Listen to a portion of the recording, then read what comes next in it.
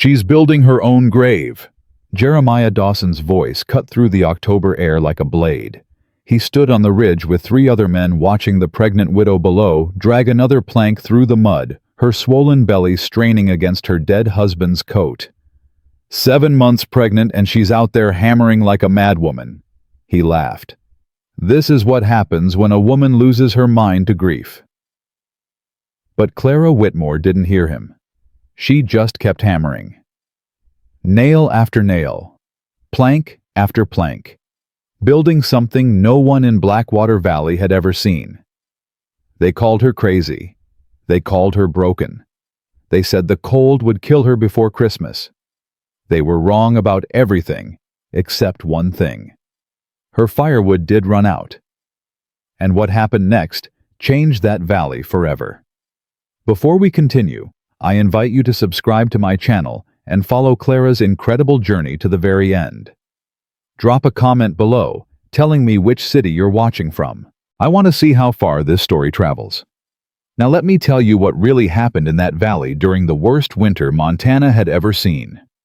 The hammer came down wrong. The nail bent sideways, and the plank slipped from Clara's frozen fingers, crashing against her shin.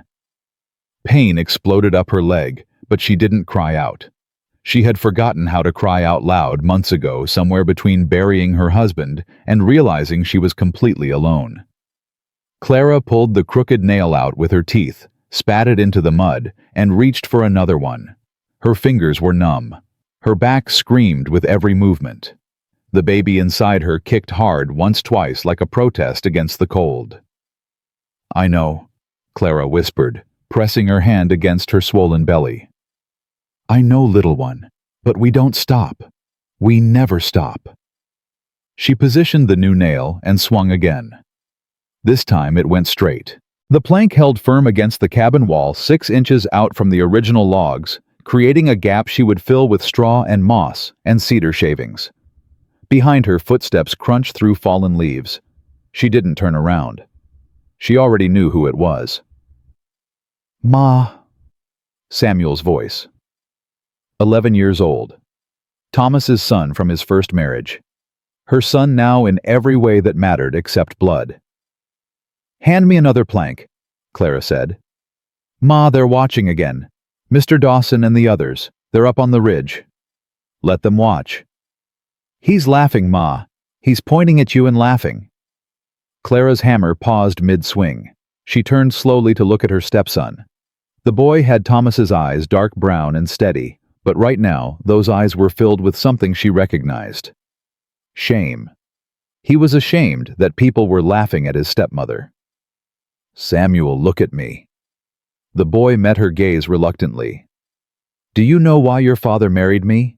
Samuel shook his head. "Because he said I was the only woman he'd ever met who didn't care what other people thought. He said that kind of stubbornness would keep us alive when nothing else could." Clara turned back to her work.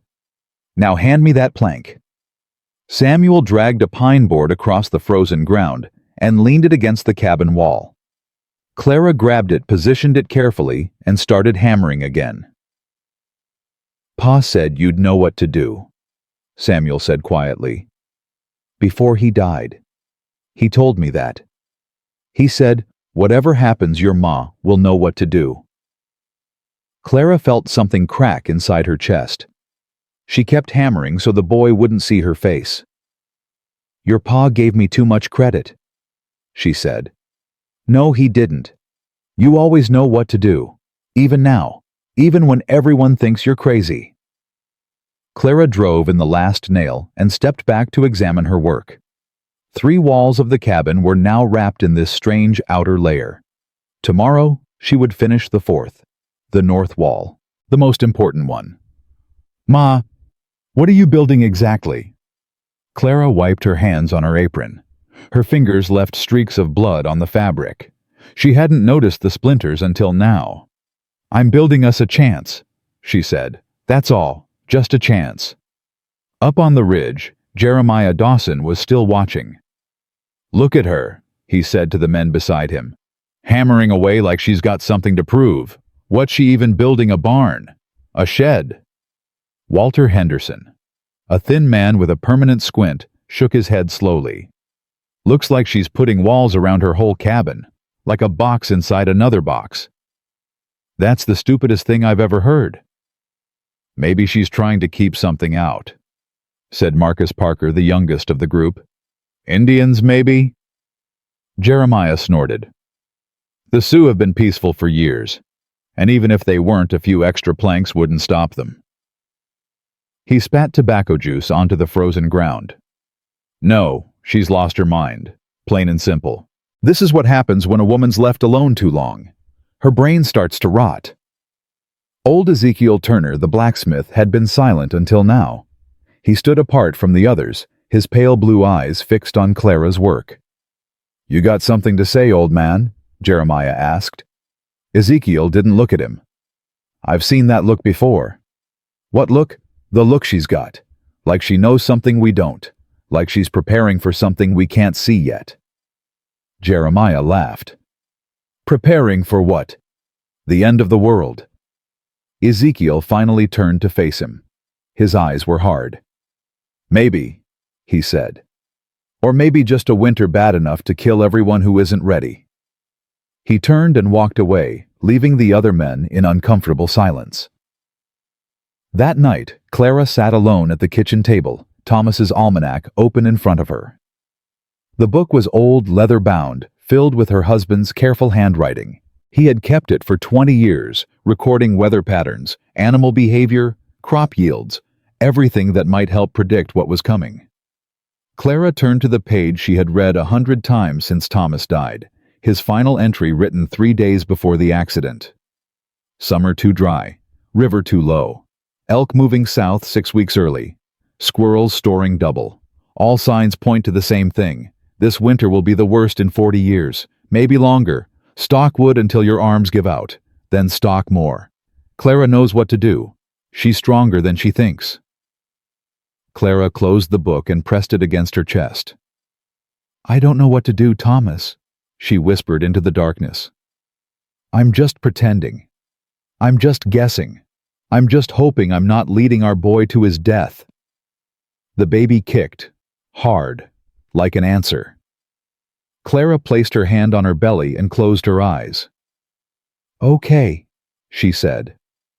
Okay. We keep going. We don't stop. She didn't sleep that night. Instead, she sat by the window, watching the stars wheel overhead, and planned. The confrontation came 3 days later. Clara was at the general store trading eggs for flour when Jeremiah Dawson walked in. He saw her immediately, and his face twisted into something ugly.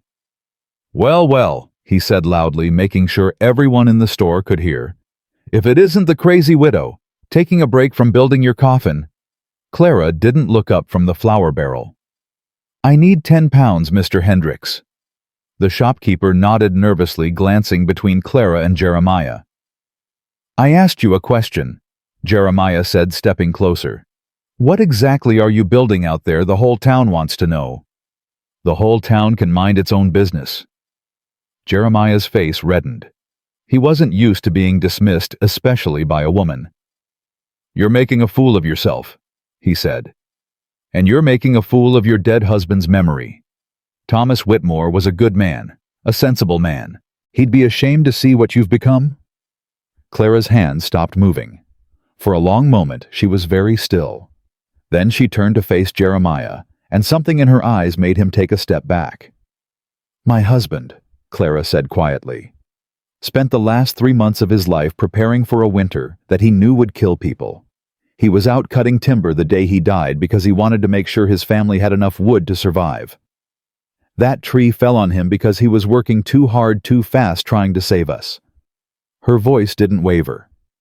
So don't you dare tell me what Thomas would think. You didn't know him. You didn't listen to him. And when this winter comes, you'll wish you had. The store was silent. Even the shopkeeper had stopped moving. Jeremiah's jaw worked. When this winter comes, what's that supposed to mean? It means exactly what it sounds like. This winter is going to be different. Worse than anything you've seen. The signs are everywhere if you know how to look. Signs. Jeremiah laughed, but it sounded forced. What signs? You're talking nonsense. The river, the animals, the way the air smells in the morning. My husband spent 40 years learning to read this land. He knew what was coming. That's why he was so desperate to prepare. Your husband was a paranoid fool who got himself killed chopping wood. Clara moved so fast that no one saw it coming. One moment she was standing by the flour barrel. The next she was inches from Jeremiah's face, her finger pressed against his chest. "Say that again," she said softly. "I dare you." Jeremiah's face had gone pale. Up close he could see something in Clara's eyes that he hadn't noticed before. Not madness, something worse. Certainty. "I didn't mean—" "Yes, you did. You've been saying it for months. Telling everyone who'll listen that Thomas was a fool and I'm crazy." Clara stepped back slowly. "That's fine. Say whatever you want. But when the snow comes and your fire goes out and your children are freezing, remember this moment. Remember that I tried to warn you." She turned back to the shopkeeper. 10 pounds of flour, Mr. Hendricks, and a pound of salt." Jeremiah stood there for a long moment, his face cycling through anger, confusion, and something that might have been fear. Then he turned and stormed out of the store, slamming the door hard enough to rattle the windows. The shopkeeper let out a breath he'd been holding. "Mrs. Whitmore," he said carefully, "do you really think this winter will be that bad?" Clara looked at him. Old Mr. Hendricks, 60 years in Montana. He had seen some hard winters. "Do you remember the winter of '57? She asked. His face went gray. "I lost 2 brothers that winter. My husband's almanac says this one will be worse." Mr. Hendricks was silent for a long moment. Then he reached under the counter and pulled out an extra sack of flour. "On the house," he said quietly.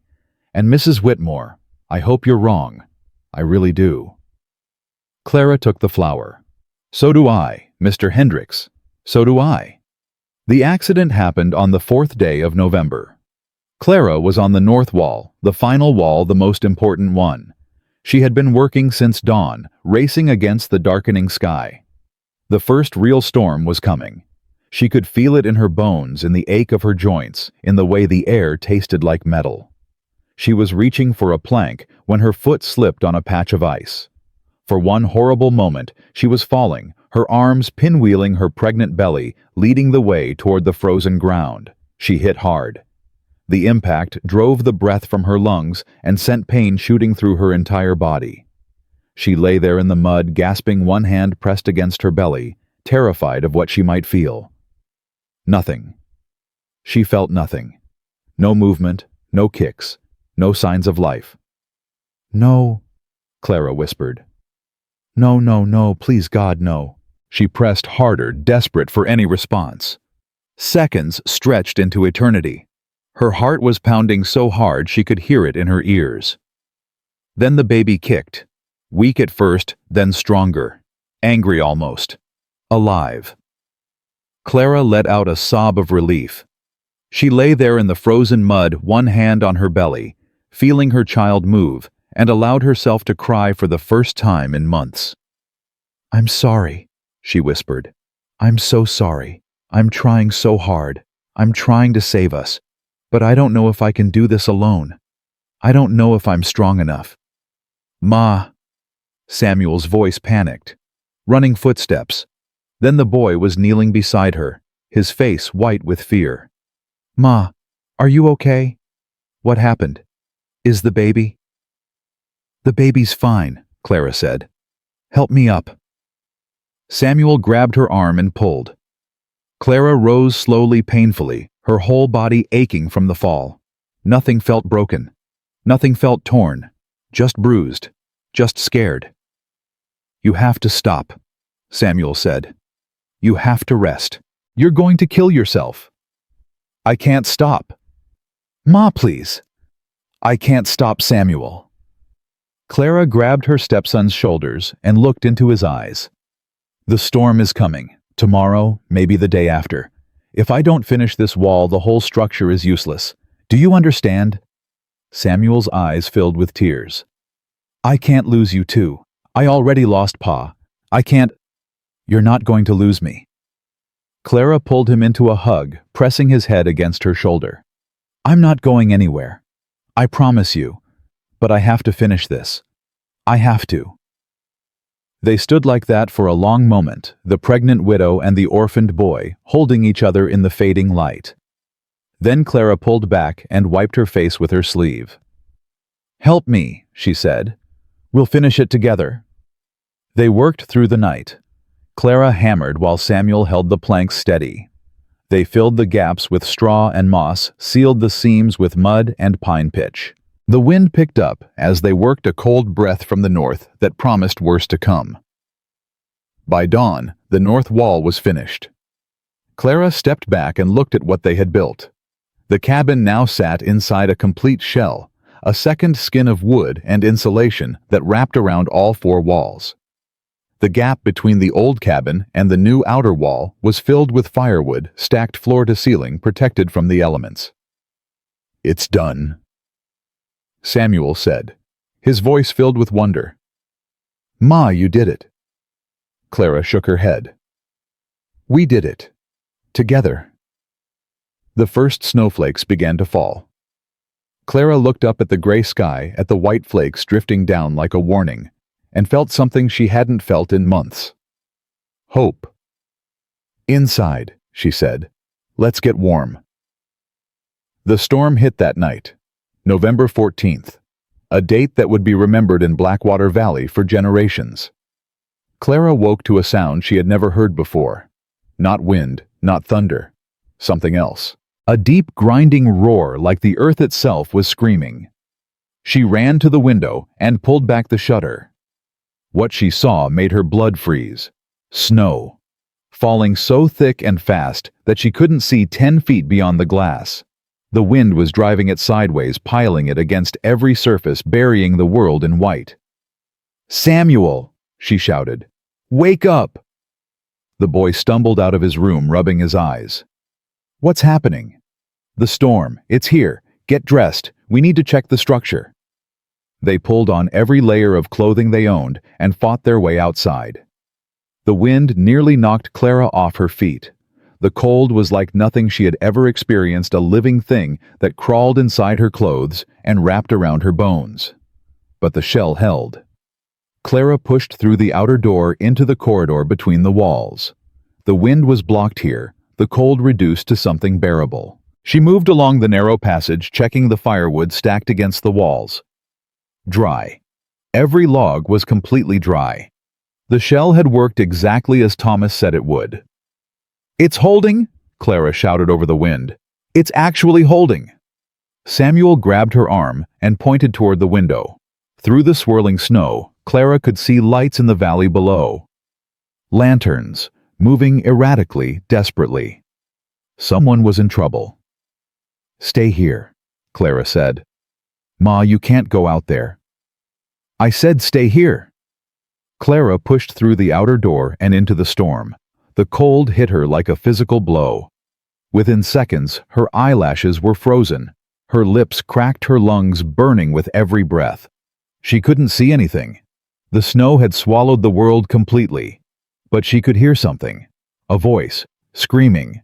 Clara moved toward the sound, one hand pressed against her belly, the other stretched out in front of her. The snow was already up to her knees. Every step was a battle. Help someone, please help. The voice was closer now. Clara pushed through a drift and nearly tripped over a body lying in the snow. Not a body. A person. A woman. Still alive, barely. Clara grabbed her and pulled. The woman was heavy, dead weight, barely conscious. Clara's arm screamed with the effort, but she didn't stop. She dragged the woman through the snow, foot by agonizing foot, until she reached the outer door of her shell. Samuel, help me. The boy appeared and grabbed the woman's other arm. Together they hauled her inside through the corridor into the warm cabin. It wasn't until they laid her by the stove that Clara recognized her. Martha Dawson, Jeremiah's wife. The woman who had called Clara's work a coffin. Mrs. Dawson, Martha. Can you hear me? Martha's eyes fluttered open. Her lips moved, but no sound came out. Samuel, get water. Warm water and blankets. All of them. The boy ran. Clara stripped off Martha's frozen coat and wrapped her in quilts. My children, Martha whispered. Please. My children. Clara's heart stopped. Where are they? Home. Fire went out. Wood was wet. Couldn't get it lit. Jeremiah told me to find help. The children are freezing. Clara looked out the window at the raging storm. The Dawson cabin was 20 minutes away in good weather.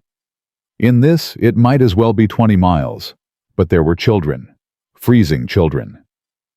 Samuel, Clara said. Get the dry oak from the north stack.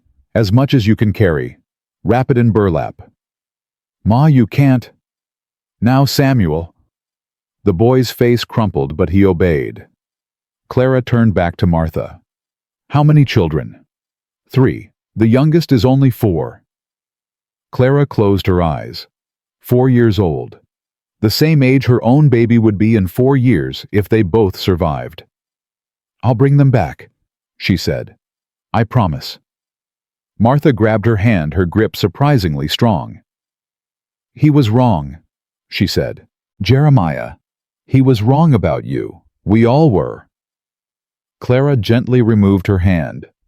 Stay warm. Keep the fire burning. I'll be back. She didn't let herself think about what she was doing. If she thought about it, she would realize how insane it was. A pregnant woman 8 months along walking into the worst storm Montana had ever seen to save the children of a man who had mocked her for months. But she didn't think. She just moved. Samuel met her at the door with a bundle of firewood wrapped in burlap. I'm coming with you, he said. No. Ma. If I don't come back, someone has to keep this cabin running. Someone has to keep Mrs. Dawson alive. Someone has to survive. Clara cupped his face in her hands. You're the only one who knows how the shell works. You're the only one who can do this. Samuel's tears froze on his cheeks. I love you, Ma. I love you too, Sam. Now go inside. Keep the fire burning. I'll be back before dawn. She didn't give him a chance to argue. She strapped the firewood to her back, pulled her scarf over her face, and walked into the storm. The next hour was the longest of Clara's life. The wind fought her every step. The snow was up to her waist now, sometimes higher. She couldn't see anything, couldn't hear anything except the roar of the blizzard. Her body was failing. Her legs were numb. Her arms could barely hold the bundle on her back. The baby was pressing so hard against her pelvis that every step sent waves of pain through her entire body. But she didn't stop. She thought about Thomas. About the day they met when she was just a schoolteacher from back east, and he was a widower with a young son. She thought about their wedding, small and quiet, just the 3 of them and a preacher. She thought about the nights they spent by the fire, Thomas reading from his almanac, teaching her to read the land the way he did. She thought about his last words. The winter, Clara. Promise me. I promise, she whispered through frozen lips. I promise, Thomas. I'll save them all. The Dawson cabin appeared suddenly a dark shape in the white chaos. Clara nearly wept with relief. She pounded on the door. Jeremiah, open up. The door swung inward. Jeremiah Dawson stood there, his face gaunt, his eyes wild with fear.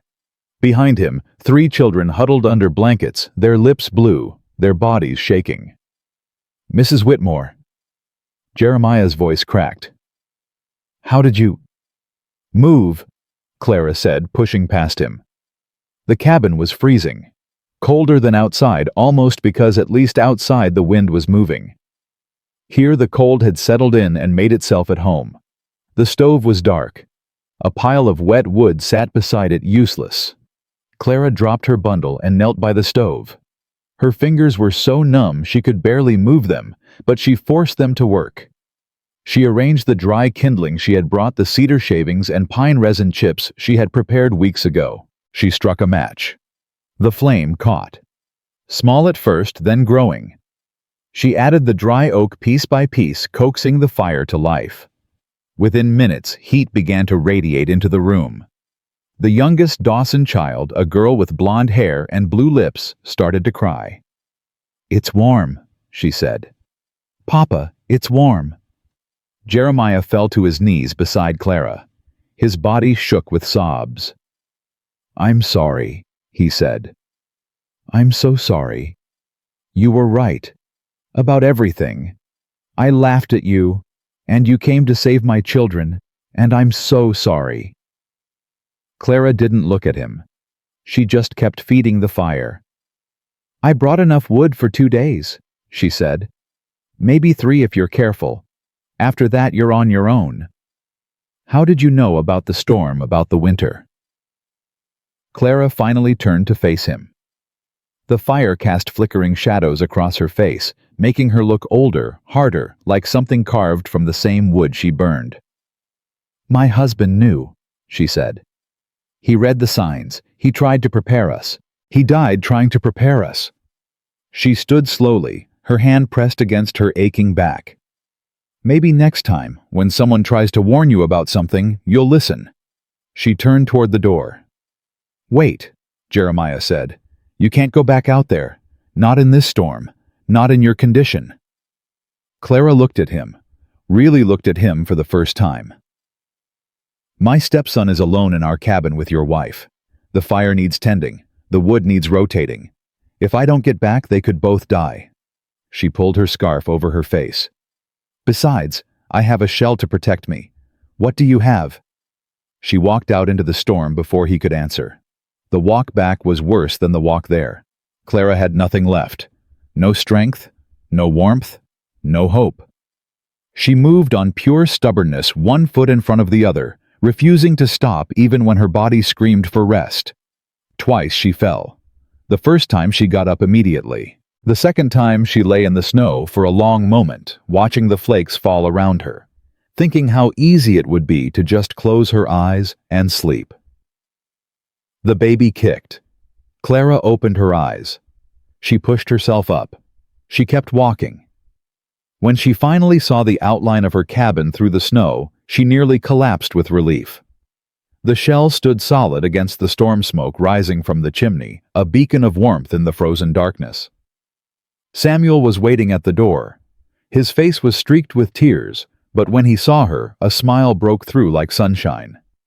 "You came back," he said. "I told you I would." She stumbled inside and let the warmth wrap around her like an embrace. Martha Dawson was sitting up now, color returning to her cheeks.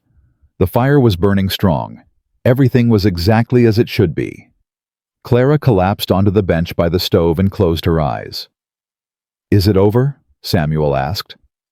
"No," Clara said quietly. "It's just beginning."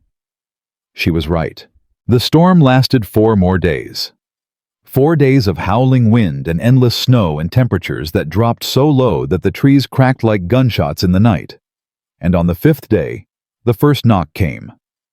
Walter Henderson, carrying his 2 youngest children, 1 in each arm, his wife stumbling behind him holding a toddler. "Our chimney collapsed," he said. "Please, we have nowhere else to go." Clara looked at them. 4 children, 2 adults, 6 more mouths to feed, 6 more bodies to keep warm. She thought about her firewood, her food supply, the baby growing inside her. The calculations didn't work. There wasn't enough for everyone. But when she looked at those children shivering and terrified, she couldn't turn them away.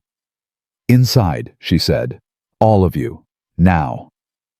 By nightfall, 9 people were living in Clara's cabin. By the end of the week, it was 13.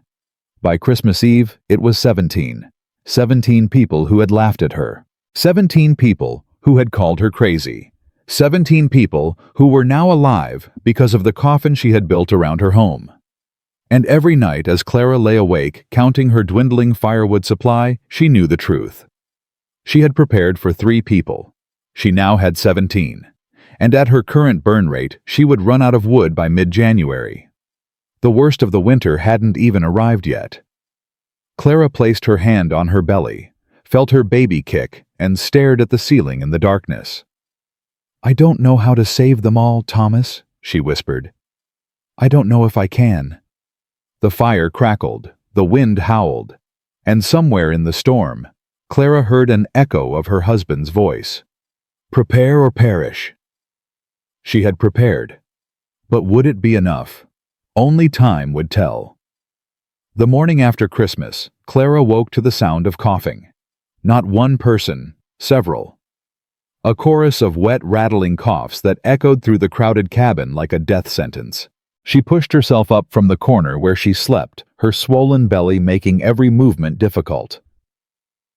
8.5 months now. The baby could come any day, any hour. But she couldn't think about that. Not now. Who's sick? She called out. Martha Dawson appeared at her side, her face drawn with worry. The Henderson children. All 3 of them. And old Ezekiel. His cough started last night. Clara moved through the cramped space, stepping over sleeping bodies, making her way to where the Henderson children lay huddled together. The youngest, a boy of maybe 5, was burning with fever. His skin was dry and hot to the touch, his breathing shallow and rapid. How long has he been like this? Clara asked. Walter Henderson knelt beside his son, his eyes red-rimmed from lack of sleep. Since midnight. I thought it was just the cold, but then the fever started and— Water. Clara interrupted. Warm water. As much as you can get him to drink, and keep him away from the others. Keep him away, but there's nowhere to— The corridor, the space between the walls. It's warmer there than you'd think. We'll set up a sick area. Walter stared at her. You want me to put my sick children in a hallway? I want to keep your sick children from infecting everyone else. Unless you'd prefer to watch all 17 of us die of fever instead of just 3. The words were harsh. Clara knew it. But she didn't have time for gentle. Walter's face crumbled, but he nodded. I'll move them. Clara turned to find Samuel standing behind her. Her stepson's face was pale, his eyes too old for an 11-year-old boy. Is it bad? He asked quietly. I don't know yet. Could be just a cold. Could be something worse. What do we do? Clara looked around the cabin. 17 people crammed into a space meant for 3. Bodies everywhere. The air thick with breath and sweat and fear. The fire burning through wood faster than she had calculated. We survive, she said. That's what we always do. By noon, 2 more people were sick. Reverend Thomas Crane, the preacher who had arrived 3 days ago, collapsed while trying to help move the Henderson children. His fever came on fast and hard, leaving him delirious within hours. The Lord is testing us, he mumbled, his eyes unfocused. Testing our faith. We must pray. We must— What you must do is drink water and rest, Clara said firmly. God helps those who help themselves. Right now, helping yourself means staying quiet and letting your body fight. The Reverend's wife, a small woman named Ruth, looked at Clara with something between gratitude and fear. Will he be all right? She whispered. Clara hesitated. She had never been good at lying. I don't know, she said honestly. But I do know that panic won't help anyone. Keep him warm. Keep him hydrated. And keep praying if it makes you feel better. She walked away before Ruth could ask any more questions she couldn't answer. That evening, Clara did something she had been avoiding for days. She counted the firewood. She moved through the corridor alone, her hand trailing along the stacked logs, her lips moving silently as she tallied. When she reached the end, she counted again. Then a 3rd time, hoping she had made a mistake. She hadn't. At their current burn rate, with 17 people generating heat and consuming resources, they had enough wood for 12 more days. Maybe 14 if she cut back on cooking fires. But the sick needed warmth. The healthy needed hot food. There was no way to cut back without killing someone. January 12th. That was the day the wood would run out. The baby was due around January 15th. Clara pressed her back against the cold wall and slid down until she was sitting on the frozen ground. For the first time since Thomas died, she felt completely and utterly hopeless. "I can't do this," she whispered. "I can't save them all. There's not enough. There's never enough." "Ma!" Samuel's voice.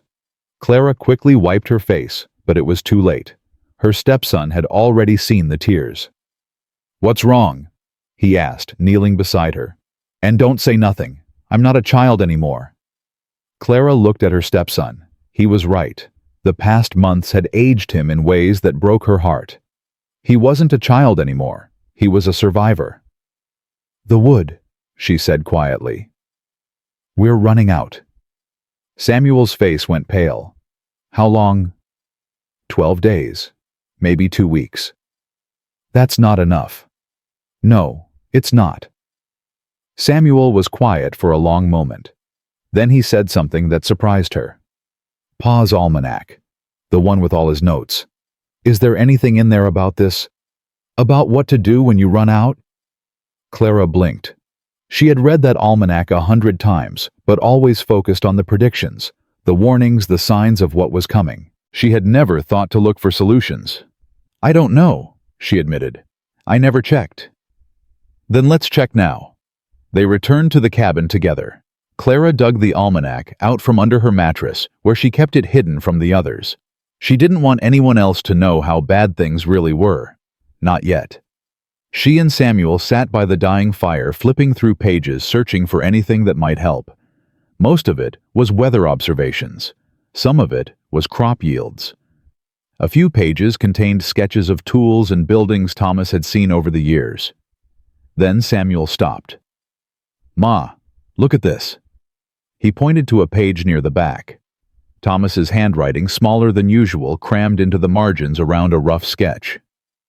"Emergency wood gathering," Clara read aloud. "When stores run low and cutting is impossible, look for standing dead trees. Pine and cedar hold their sap longer than oak. Cut high above the snow line. The wood at the top of a standing dead tree can stay dry through the worst storms if the bark is intact." Clara stared at the page. Standing dead trees. She knew there were some on the ridge behind the cabin. Thomas had pointed them out to her once, saying he planned to cut them down in the spring. "But we can't cut trees in this storm," Samuel said. "Can we?" Clara looked toward the window.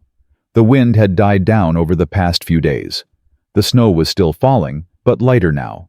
Not the killing blizzard of before. "Maybe we can," she said slowly. "If we're careful. If we work in shifts.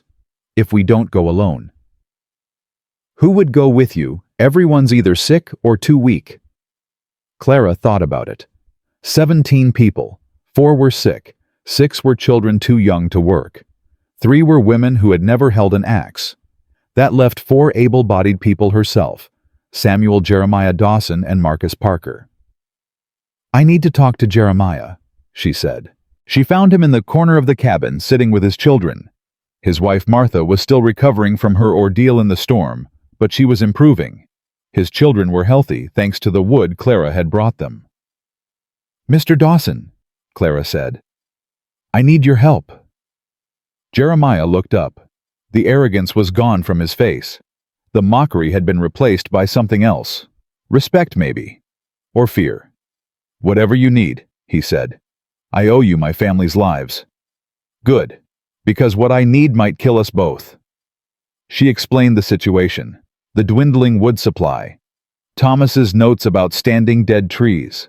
The need to venture out into the cold and cut timber while the storm was relatively calm. Jeremiah listened without interrupting. When she finished, he was quiet for a long moment. "You're asking me to go out there," he said, "in this cold, to cut trees. I'm asking you to help me save everyone in this cabin, including your children." Jeremiah looked at his 3 kids huddled together under blankets. Then he looked back at Clara. "When do we start?" They went out at dawn the next day. December 28th. Clara, Jeremiah, Samuel, and Marcus Parker. 4 people with 2 axes, a saw, and a rope. The snow had stopped falling, but the temperature was brutal. Clara could feel it biting through every layer of clothing, searching for skin. The ridge is about half a mile that way, Clara said, pointing north. Thomas marked several standing dead trees there, pine and cedar mostly. Half a mile, Marcus said. His voice shook, whether from cold or fear. In snow up to our chests. We'll make a path, take turns breaking trail, rest when we need to. Jeremiah stepped forward. I'll go first. He pushed into the snow, using his body to carve a narrow channel through the drifts. Clara followed, then Samuel, then Marcus. They moved slowly, painfully, every step a battle against the cold and the snow and their own exhausted bodies. It took them 2 hours to reach the ridge. By the time they arrived, Clara could barely feel her legs. The baby was pressing against her spine, with every step sending waves of pain through her lower back. But she didn't stop. She couldn't stop. There, she said, pointing to a tall, dead pine. That one first.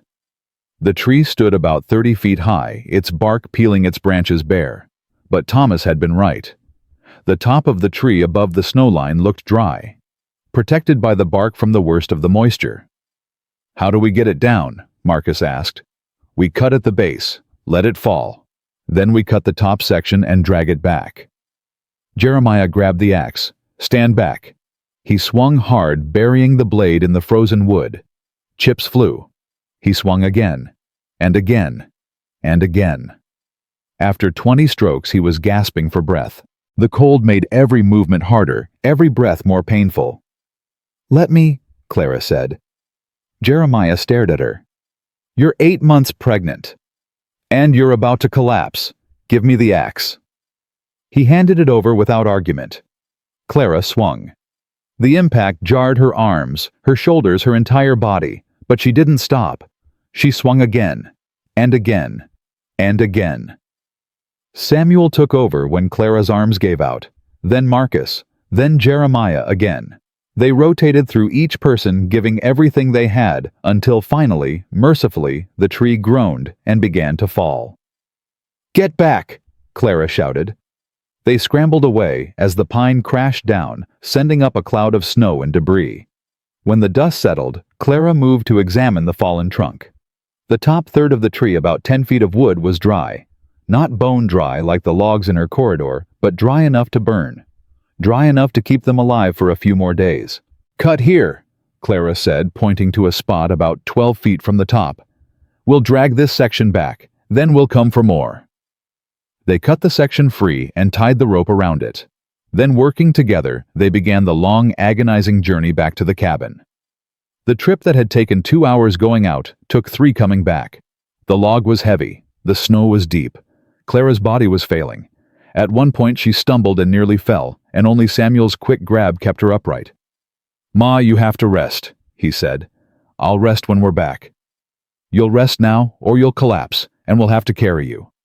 Clara wanted to argue, but she couldn't. Her legs were shaking. Her back was screaming. The baby was pressing so hard against her pelvis that she could barely walk.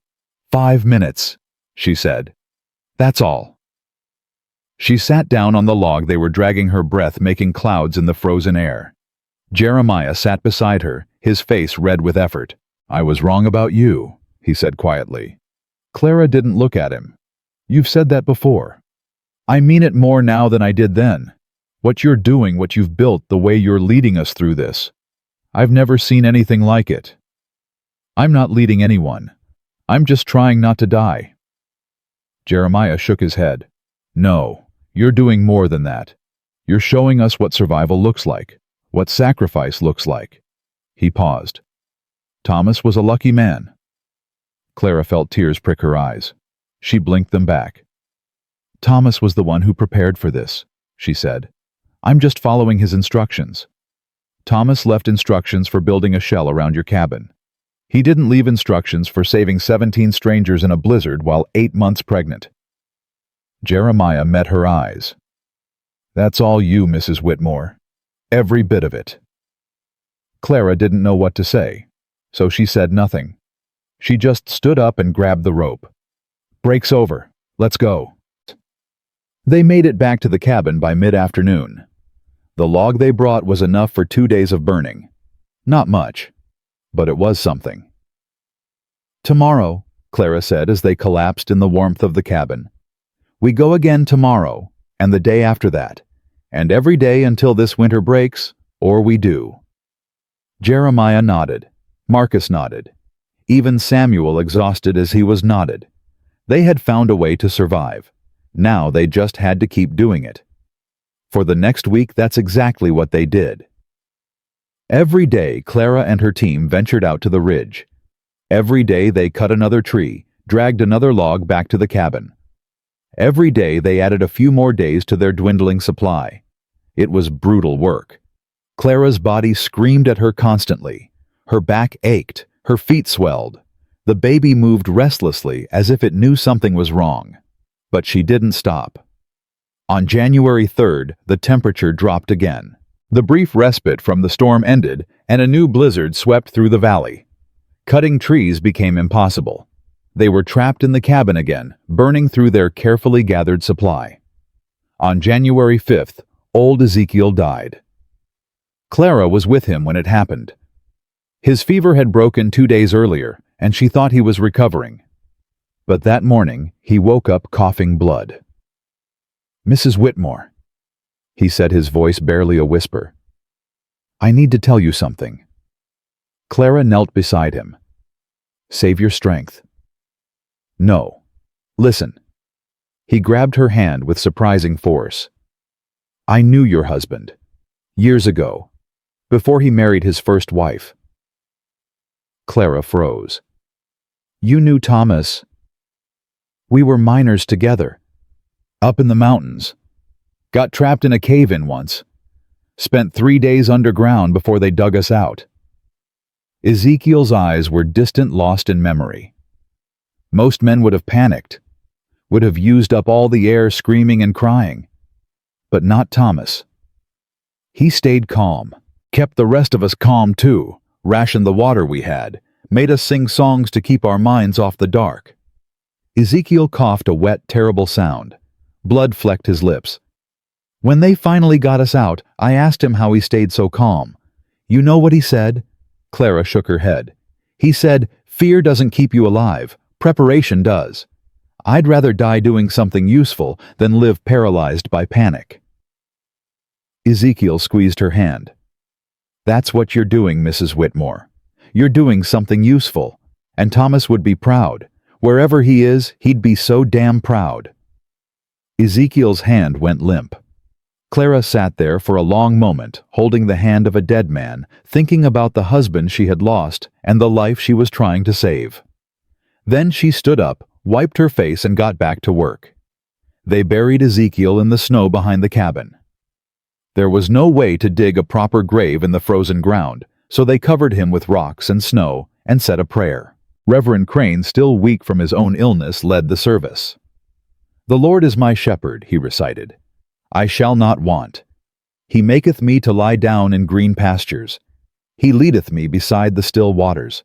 He restoreth my soul." Clara stood apart from the others, one hand on her belly. The baby was quiet today. Too quiet, maybe. "Yea, though I walk through the valley of the shadow of death," the Reverend continued, "I will fear no evil, for thou art with me. Thy rod and thy staff, they comfort me." But Clara felt no comfort. She felt only the weight of 17 lives pressing down on her shoulders and the terrible knowledge that she might not be able to save them all. After the burial, she returned to counting wood. They were down to 8 days of supply. The storm showed no signs of stopping. And somewhere deep inside her, Clara felt the first faint twinge that told her the baby was coming soon. Ready or not. On January 7th, 2 days after Ezekiel's death, Clara woke in the middle of the night to a sensation she had never felt before. A tightening in her belly, a pressure that built and then slowly released. She lay still, her heart pounding, counting the seconds. 3 minutes later, it happened again. "No," she whispered. "Not now. Please, God, not now." But God wasn't listening. Or maybe he was, and this was his answer. Clara's water broke just before dawn. The contractions came faster after that. Wave after wave of pain that stole her breath and left her gasping. Martha Dawson was at her side immediately, her face pale but determined. "How far apart?" Martha asked. 3 minutes, maybe less." "That's too fast. The baby shouldn't be coming this fast." "Tell that to the baby." Another contraction hit. Clara bit down on a piece of leather to keep from screaming. Around her she could hear the others stirring, asking what was happening, who was hurt. "Everyone stay calm," Martha called out. "Mrs. Whitmore is having her baby. I need hot water, clean cloths, and everyone who isn't helping needs to stay out of the way." Samuel pushed through the crowd. His face was white with fear. "Mama, are you okay?" Clara grabbed his hand between contractions. "I'm fine, Sam, but I need you to do something for me." "Anything." "The wood. While I'm doing this, someone needs to keep counting the wood. Keep rationing. Keep everyone warm." She squeezed his hand hard. "Can you do that?" Samuel's eyes were wide, but he nodded. "I can do it." "That's my boy. Now go. Let the women handle this." Samuel hesitated, then leaned down and kissed her forehead. "I love you, Ma." "I love you too, Sam. Now go." He went.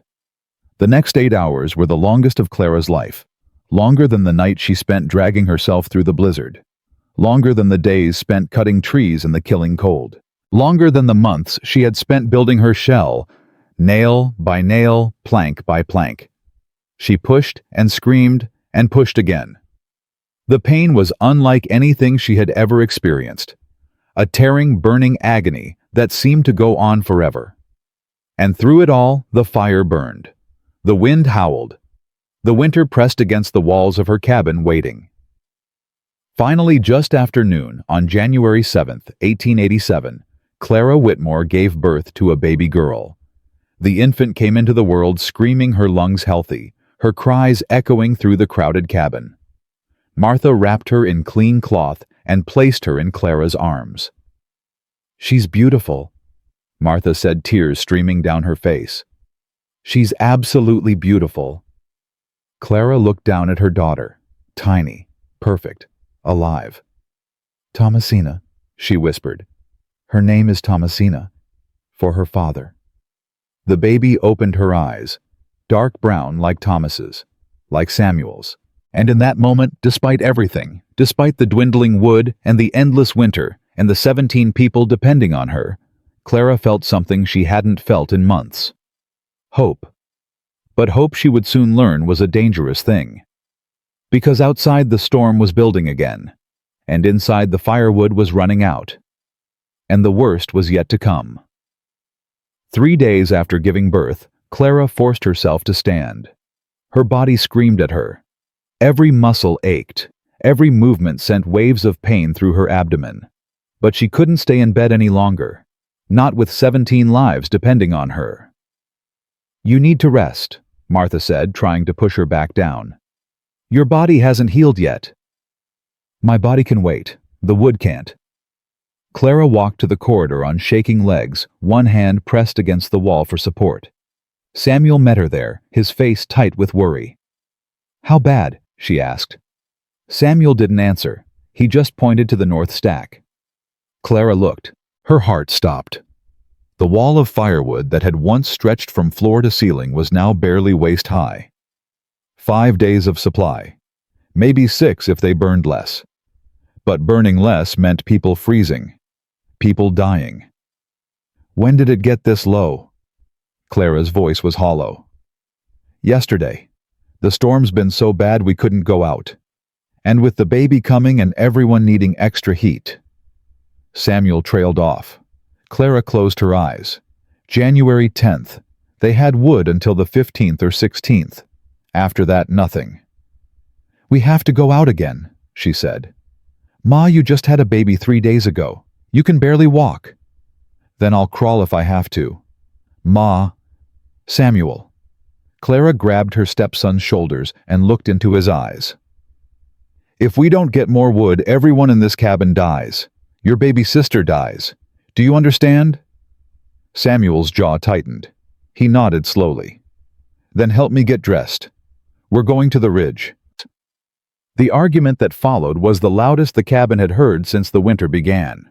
You're insane, Jeremiah Dawson said, blocking the door. You'll die out there. You'll die and leave your children orphans. I'll die in here too if we run out of wood. We all will. Then let us go. Me and Marcus. We can cut the trees without you. Clara shook her head. You don't know which trees to cut. You don't know Thomas's system. You'll waste energy on wood that won't burn.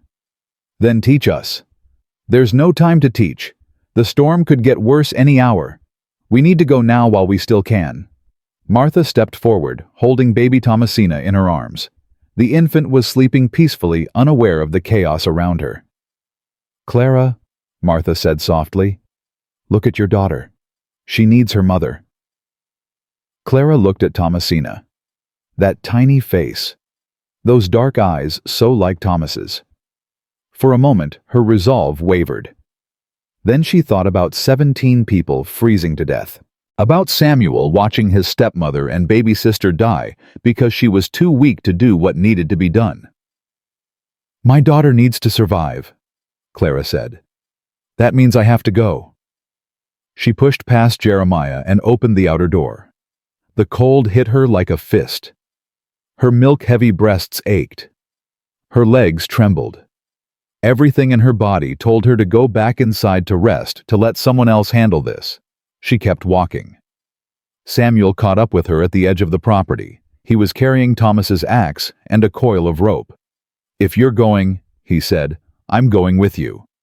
Clara wanted to argue. She wanted to send him back where it was safe. But she couldn't. She needed him. Stay close, she said. Don't fall behind. Jeremiah and Marcus joined them a moment later. Neither man spoke. They just fell into line behind Clara, following her into the white. The trip to the ridge took 4 hours. Clara's body failed her twice. The first time she stumbled and fell face first into a drift. Samuel pulled her up, brushing snow from her coat, his eyes bright with unshed tears. I'm fine, she said. Keep moving. The second time her legs simply gave out. One moment she was walking. The next she was on her knees in the snow, unable to move. Mrs. Whitmore. Jeremiah was at her side instantly. We have to go back. No. You're going to kill yourself. Then I'll die out here instead of in there. At least out here I'm trying. She forced herself up. One foot in front of the other. Again. Again. Again. They reached the ridge just after noon. Clara pointed to a standing dead cedar near the top of the slope. That one. The bark is still intact. The wood inside should be dry. Marcus started climbing toward it, but the snow was too deep. He sank up to his chest and couldn't move forward. It's no good, he said, struggling back down. We can't reach it. Clara looked at the tree. 40 feet away. It might as well have been 40 miles. Then Samuel spoke. I can reach it. Clara turned. What? I'm lighter than they are. I won't sink as deep, and I'm smaller so I can move through the gaps in the snow. Samuel was already untying his coat. Give me the axe. Samuel, no, it's too dangerous. It's the only way, Ma. You know it is. Clara looked at her stepson. 11 years old, still a child. But his eyes were steady, his jaw set. He looked exactly like Thomas in that moment. If you get in trouble, you call out. Don't try to be a hero. Samuel took the axe. I learned from the best, he said, and smiled. Then he turned and began making his way up the slope. The next 30 minutes were the longest of Clara's life. She watched Samuel push through the snow, sometimes crawling, sometimes swimming, making slow but steady progress toward the dead cedar. Twice he disappeared into a drift, and her heart stopped. Twice he emerged covered in white and kept going. Finally, he reached the tree. I'm here, he called down. It's dry, Ma. The wood is dry.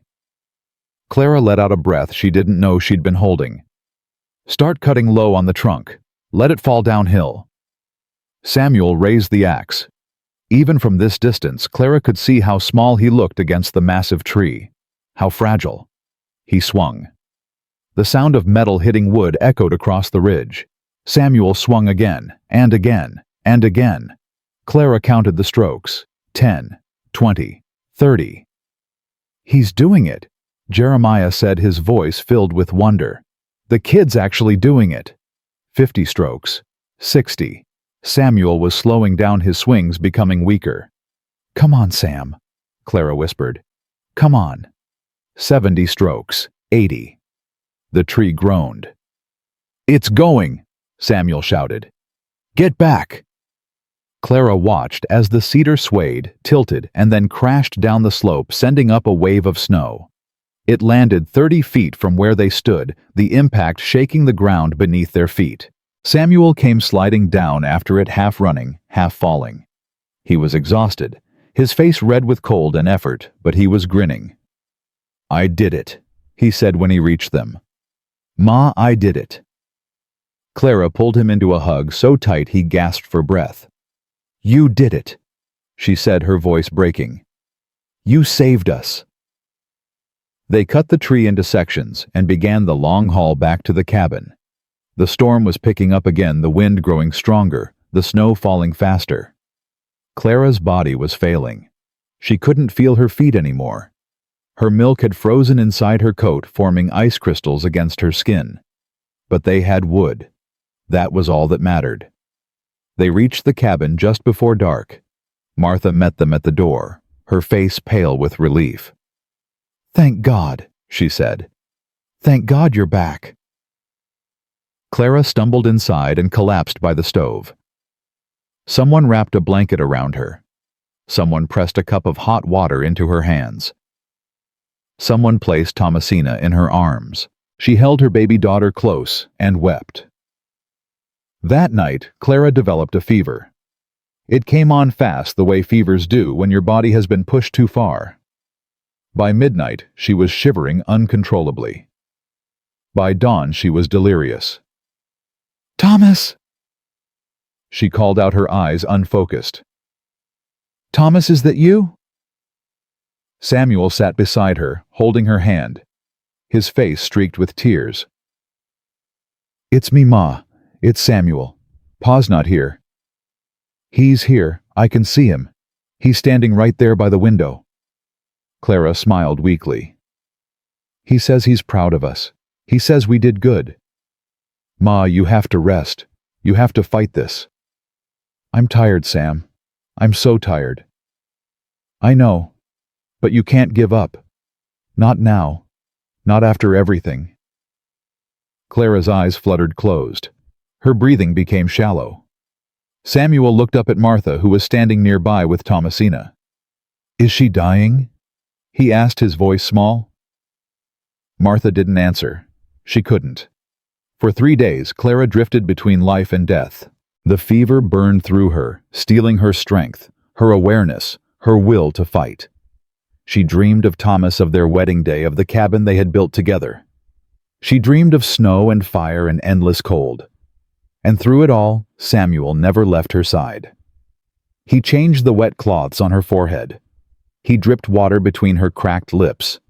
He talked to her constantly, telling her about the cabin, about the wood supply, about baby Thomasina, and her dark brown eyes. "You have to wake up, Ma," he said on the third night, his voice hoarse from lack of sleep. "You have to. I can't do this alone. I don't know how." Clara didn't respond. Her breathing was so shallow now that Samuel had to lean close to make sure she was still alive. "Please," he whispered, "please don't leave me." On the morning of January 14th, Clara opened her eyes. The fever had broken. She was weak, so weak she could barely lift her head, but she was alive. "Sam!" Samuel's face appeared above her, haggard and exhausted but smiling through tears. "You're awake? You're finally awake." "How long?" 3 days. We thought we lost you." Clara tried to sit up and failed. Her body was empty, hollowed out by the fever. "The wood," she said. "How much is left?" Samuel's smile faded. 2 days. Maybe 3. Clara closed her eyes. 3 days of wood. And she was too weak to walk, let alone cut trees. "You have to lead them," she said. "What?" "The wood runs. You have to lead them now. You know the system. You know which trees to cut. You're the only one who can do it." Samuel's face went pale. "Ma, I'm 11 years old. And I was a schoolteacher from back east when I met your father. Age doesn't matter. Knowledge does. Determination does." Clara reached up and touched his face. "You have both. But what if I make a mistake? What if I get someone killed? Then you'll live with it, like I live with every decision I've made." Clara's voice was firm despite her weakness. "That's what leadership is, Sam. It's not about being perfect. It's about doing the best you can with what you have." Samuel stared at her for a long moment. Then he straightened his shoulders and nodded. "I'll do it," he said. "I'll bring back enough wood to last us until spring." "That's my boy." Samuel leaned down and kissed her forehead. "Rest now, Ma. I'll take care of everything." He turned and walked out of the room. Clara watched him go, pride and fear warring in her chest. Then she closed her eyes and prayed. January 15th. Samuel led his first wood run. He took Jeremiah and Marcus with him, along with Walter Henderson, who had finally recovered enough to work. 4 men and 1 boy heading out into the frozen wilderness, with axes and rope and desperate hope. Clara couldn't watch them go. She was still too weak to walk to the window. So she lay in her bed holding Thomasina and listened to the sounds of the cabin, Martha's voice giving orders to the other women. Children crying hungry and cold. The fire crackling, burning through their dwindling supply. And underneath it all, silence. The terrible silence of people waiting to find out if they would live or die. The hours crawled by. 1, 2, 3, 4. Clara tried to stay calm, but her heart pounded every time she heard a sound outside. Every creak of wood, every gust of wind, made her think the worst. "They're fine," Martha said, sitting beside her. "Samuel knows what he's doing. You taught him well. He's 11 years old, and he's already done more than most men do in a lifetime." Clara looked at the woman who had once called her crazy. The woman who had laughed at her shell, her preparations, her desperate fight against the coming winter. "Why did you come here?" Clara asked. "That night in the storm. You could have gone anywhere." Martha was quiet for a long moment. "Because my husband told me to," she said finally. "When our fire went out and we couldn't get it lit again, Jeremiah looked at me and said, 'Go to the widow, she'll know what to do.' He was the one who laughed at you the loudest, but when it mattered, he knew you were the only one who could save us." Clara didn't know what to say. "I'm sorry," Martha continued, "for everything. For the way we treated you. For the things we said. You deserved better." "You're here now," Clara said. "That's what matters." They sat in silence after that waiting. The wood party returned just before sunset.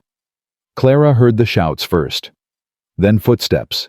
Then the door burst open and Samuel came running in. His face alight with triumph.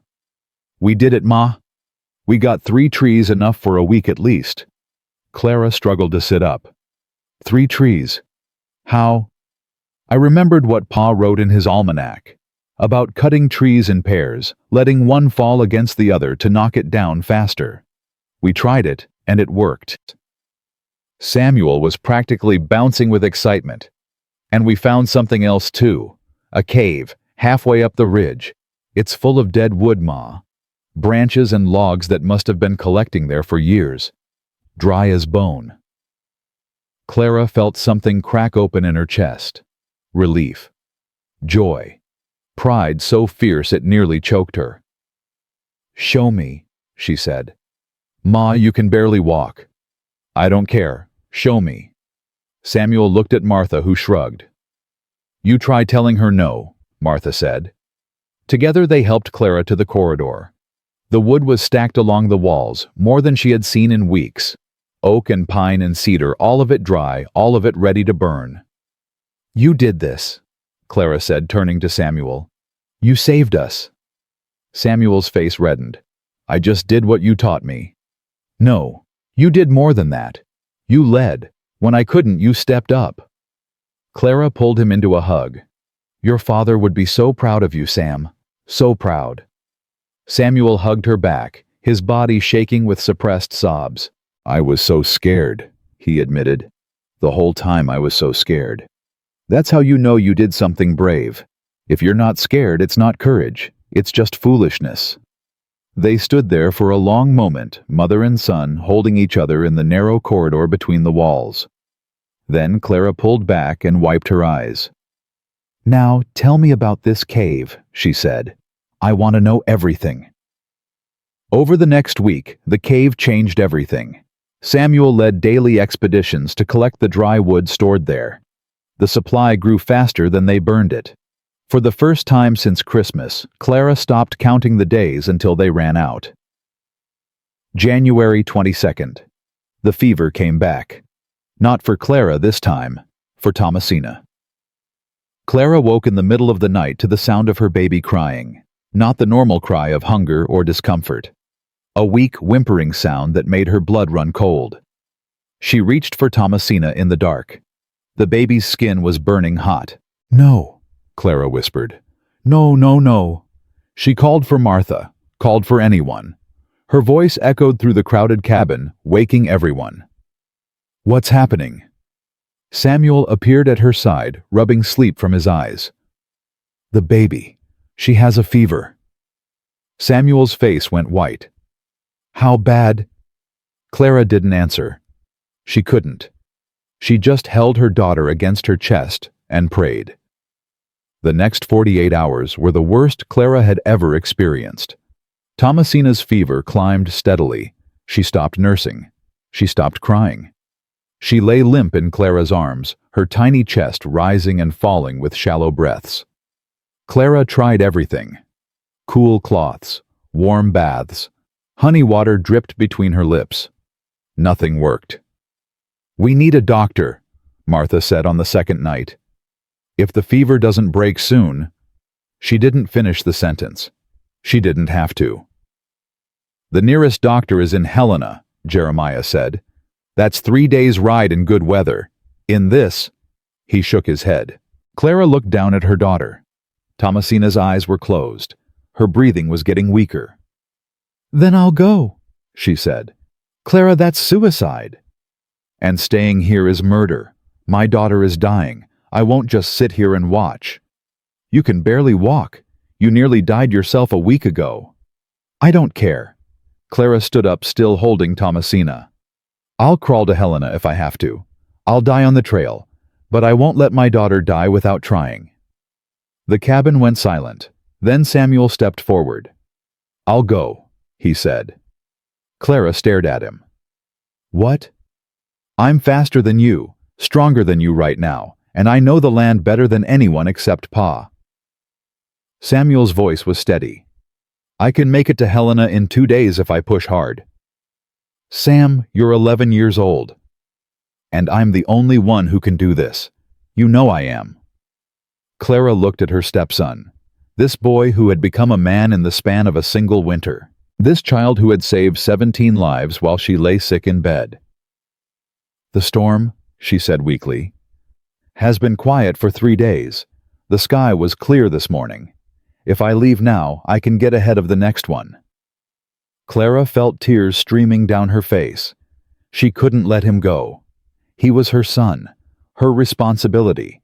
If something happened to him, but if she didn't let him go, Thomasina would die. "Ma." Samuel took her hands. "I can do this. I know I can. But I need you to believe in me." Clara looked at Thomas's son, her son, the bravest person she had ever known. "I believe in you," she said. "I've always believed in you." Samuel hugged her tight. "I'll be back," he said. "With the doctor. I promise." He grabbed his coat, his boots, his father's compass. And then he was gone. January 23rd. Clara sat by the window holding her dying daughter, watching the horizon. Thomasina's fever had climbed even higher. The baby's skin was gray now. Her breathing came in short, rattling gasps. She hadn't opened her eyes in 12 hours. "Hold on," Clara whispered. "Just hold on. Sam is coming. Help is coming."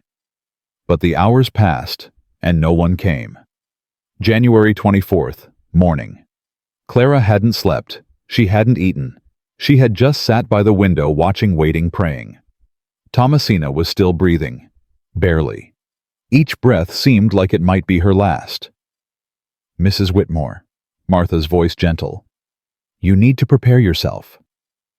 Clara didn't look up. Prepare for what? For the possibility that she might not make it. Clara finally turned. Her eyes were hollow, her face gaunt. "My daughter is going to live," she said. "Samuel is bringing the doctor. She's going to live." Martha didn't argue. She just placed a hand on Clara's shoulder and squeezed. January 24th, late afternoon. A shout from outside, then another, then the sound of hooves on frozen ground. Clara struggled to the window. Her heart was pounding so hard she could barely see. Two figures on horseback, coming fast, one small, one large, Samuel, and behind him a man carrying a black bag. "He did it," Clara breathed. "He actually did it." The door burst open. Samuel came running in, his face red with cold, his lips cracked and bleeding. "The doctor," he gasped. "I brought the doctor." An older man pushed past him. Gray hair, weathered face, eyes that had seen too much death. "Where's the baby?" he demanded. Clara held out Thomasina. The doctor took her, felt her forehead, listened to her chest. "How long has the fever been this high?" 3 days. The doctor's face was grim. "I need hot water, clean cloths, and everyone out of this room except the mother." The cabin erupted into action. Water was boiled. Cloths were gathered. People filed out until only Clara and the doctor remained. "What's wrong with her?" Clara asked. The doctor didn't answer immediately. He was examining Thomasina carefully, checking her eyes, her throat, her tiny ears. "Infection," he said finally. "Probably from the birth. It happens sometimes, especially in conditions like these." He reached into his bag and pulled out a small bottle. "This is quinine. It might help. It might not. At this point, we can only try." "Will she live?" The doctor looked at Clara. His eyes were kind, but honest. "I don't know," he said. "The next 12 hours will tell us everything. If the fever breaks, she has a chance. If it doesn't—" He didn't finish the sentence. Clara took her daughter back and held her close. "She's going to live," she said. "She has to." The doctor stayed through the night. He administered the quinine every 2 hours. He changed the cooling cloths on Thomasina's forehead. He monitored her breathing, her heartbeat, her temperature. And through it all, Clara sat beside him, refusing to sleep, refusing to look away from her daughter's face. January 25th, just before dawn. Thomasina opened her eyes. Clara's heart stopped. She leaned close, hardly daring to breathe. "Is she—" The doctor pressed his hand to Thomasina's forehead. His eyes widened. "The fever," he said. "It's breaking." Clara let out a sob. She pressed her lips to her daughter's forehead, tasting the salt of her own tears and the cooling sweat of her baby's skin. "Thank you," she whispered. "Thank you, God. Thank you." Samuel appeared at the door. He looked like he hadn't slept in days, which he probably hadn't. "Is she okay?" he asked. Clara looked up at her stepson, this boy who had ridden through a frozen wilderness to save his baby sister, this child who had become the hero of their story. "She's going to be okay," Clara said. "Thanks to you." Samuel's face crumpled. He crossed the room in 3 steps and threw his arms around Clara, sobbing into her shoulder. "I was so scared," he said. "The whole way there and back I was so scared I would be too late." Clara held him with one arm while cradling Thomasina with the other. "You weren't too late," she said. "You were exactly on time." Outside the sun was rising, the first clear dawn in weeks. And inside Clara's cabin, surrounded by the shell she had built with her own hands, 17 people began to believe that they might actually survive. The doctor stayed for 3 days. His name was William Hartley. 40 years of medicine in Montana Territory. He had seen blizzards and droughts and plagues, but he had never seen anything like Clara Whitmore's cabin. "You built this yourself?" he asked on his second morning walking through the corridor between the walls. While pregnant, Clara was sitting by the stove nursing Thomasina. The baby was still weak, but her color had returned. She was going to live. "My husband designed it," Clara said. "I just followed his plans." "Your husband was a genius." "My husband was a farmer who paid attention to the world around him. That's all." Dr. Hartley shook his head slowly. "No, that's not all. I've been practicing medicine in this territory for 4 decades. I've seen hundreds of people die in winters like this one, frozen in their beds, starved when their supplies ran out, burned alive when their fires got out of control." He looked around the crowded cabin at the 17 people who had somehow survived the worst winter in living memory. "But I've never seen this. I've never seen one woman save so many lives." Clara didn't respond. She just held her daughter closer and watched the fire burn. January 28th. The doctor prepared to leave. "The baby should be fine now," he told Clara. "Keep her warm, keep her fed, and for God's sake keep yourself healthy. She needs her mother." "I'll try." Dr. Hartley reached into his bag and pulled out several small bottles. "Quinine, laudanum, willow bark extract. Use them sparingly. They're hard to come by out here." Clara took the medicines with trembling hands. "How much do I owe you?" The doctor laughed. "Mrs. Whitmore, you've saved 17 lives this winter. Your stepson rode through a blizzard to fetch me. The least I can do is provide some medicine for free." "That's not how the world works." "Maybe not, but it's how I work." Dr. Hartley tipped his hat. "Take care of yourself, Mrs. Whitmore. And take care of that boy of yours. He's got more courage than most men I've known." Clara watched him ride away until he disappeared over the ridge. Then she turned back to face the people who depended on her. February came cold and cruel. The brief respite that had allowed Samuel to reach Helena ended on the first day of the month. A new storm swept down from the mountains worse than anything they had experienced before. The wind howled so loud that Clara couldn't hear herself think. The snow fell so thick that she couldn't see the outer wall from the window. But this time, they were ready. The cave Samuel had found was nearly empty now, its store of dry wood transferred to the cabin's corridors. They had enough fuel for at least 3 more weeks, maybe 4 if they were careful. "We're going to make it," Martha said one evening, sitting beside Clara while the storm raged outside. "Aren't we?" Clara looked at the woman who had become her closest friend over these long months, the woman who had called her crazy and then begged for her help and then stayed to fight beside her. "I think so," Clara said. "I really think so." But the winter wasn't done with them yet. February 4th. The food ran out. Not completely. They still had flour. They still had salt. They still had a few precious jars of preserves that Clara had been hoarding for emergencies. But the meat was gone. The beans were gone. The dried vegetables were gone. "We can survive on flour and water," Clara said, trying to keep her voice steady. "People have done it before." "For how long?" Jeremiah asked. Clara didn't answer. She didn't know. That night she sat alone by the dying fire doing calculations in her head. 17 people, maybe 5 pounds of flour left. At minimum rations, that was enough for 3 days. Maybe 4. The storm showed no signs of stopping. "Ma!" Samuel's voice. Clara looked up to find her stepson standing beside her, his face serious. "You should be sleeping," she said. "I can't sleep, not when I know what's happening." Samuel sat down beside her. "We're running out of food, aren't we?" Clara hesitated. She had been trying to protect him from the worst of it. But Samuel wasn't a child anymore. He deserved the truth. "Yes," she said. "We have maybe 4 days of flour left. After that, I don't know." Samuel was quiet for a long moment. Then he said, "There's game out there, in the woods. Deer, elk, maybe even some rabbits that survived the cold. We can't hunt in this storm. We can't, but I might be able to set traps.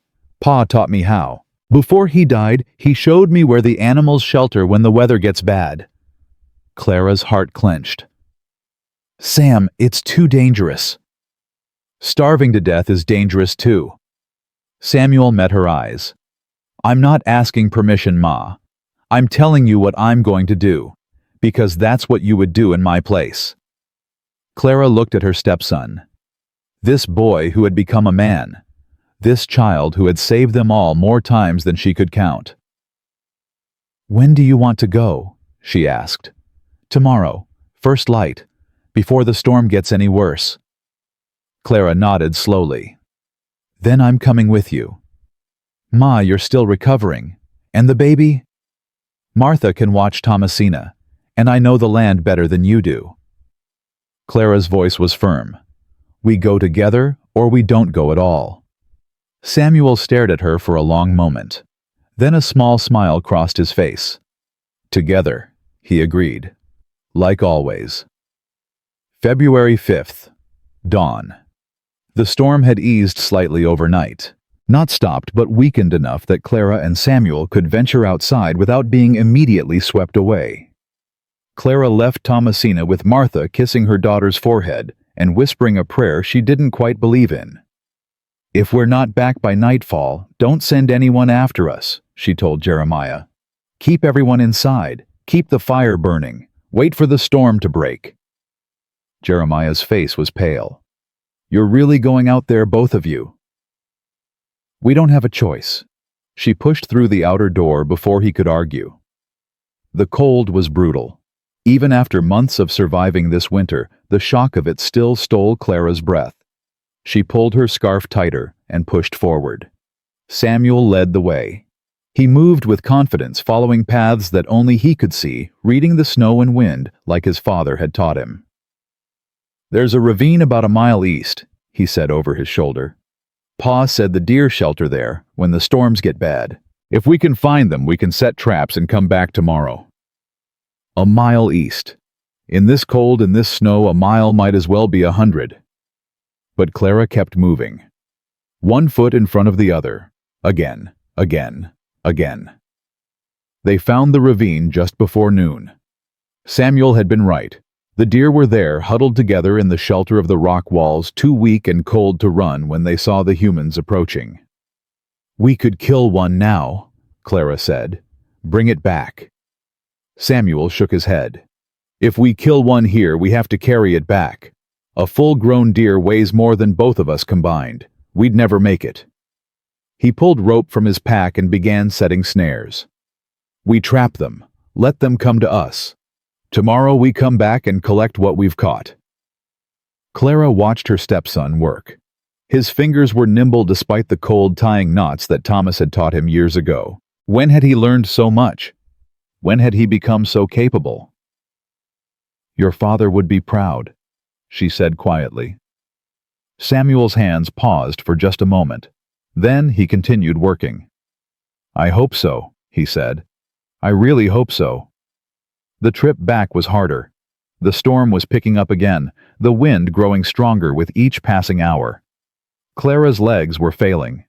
Her lungs burned with every breath. Twice she stumbled and nearly fell. "We have to keep moving," Samuel said, grabbing her arm. "If we stop, we freeze." I know. She forced herself to keep going. One step, another, another. They were halfway home when Samuel suddenly stopped. "What?" Clara asked. "What's wrong?" Samuel was staring at something in the snow. His face had gone white. Clara pushed past him and looked down. Her heart stopped. Footprints. Human footprints. Fresh ones cutting across their path and heading toward the ridge. "Someone else is out here," Samuel said. "That's impossible. Everyone's in the cabin." "Then who made these tracks?" Clara knelt down, examining the footprints more closely. They were small, child-sized, and they were heading away from the cabin, not toward it. "Oh God," Clara breathed.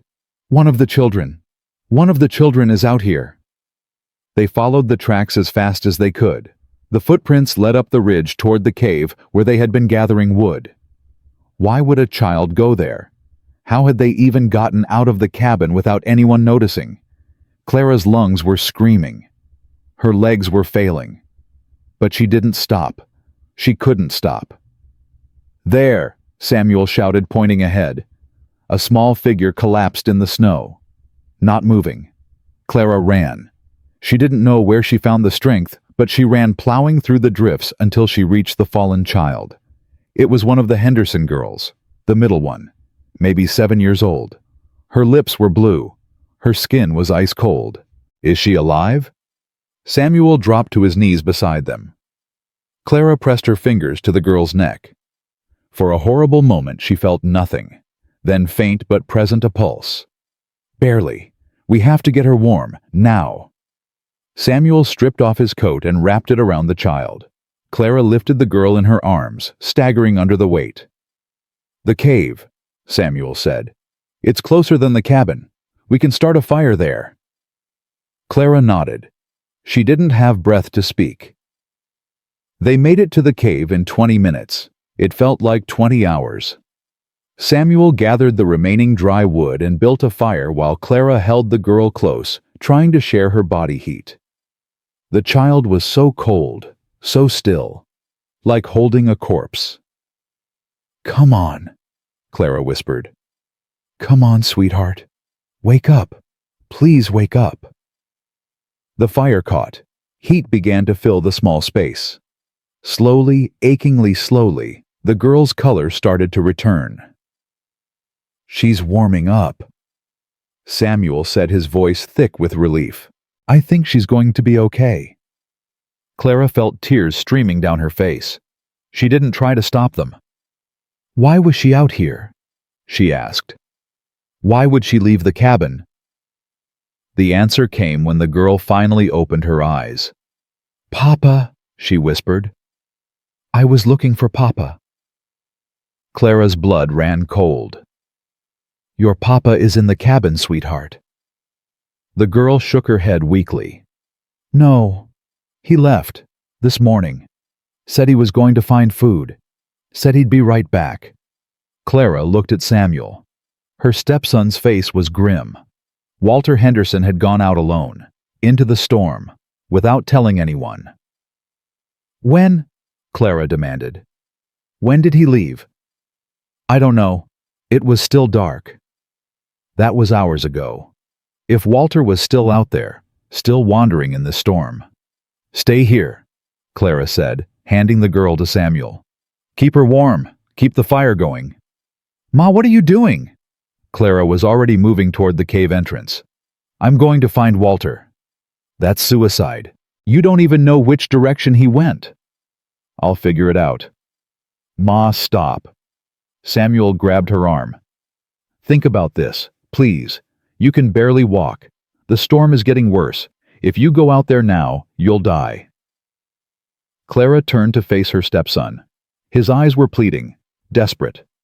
"If I don't go," she said quietly, "Walter dies. His wife loses her husband. His children lose their father. I can't let that happen.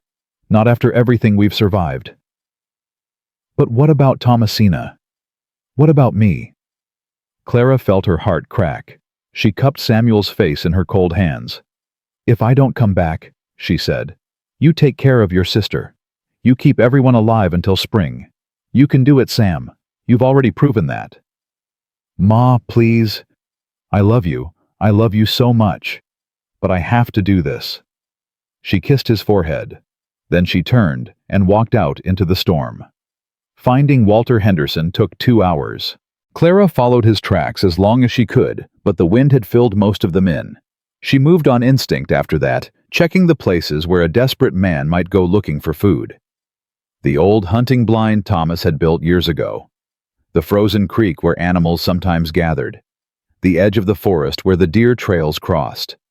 She found him at the base of a cliff, half buried in snow.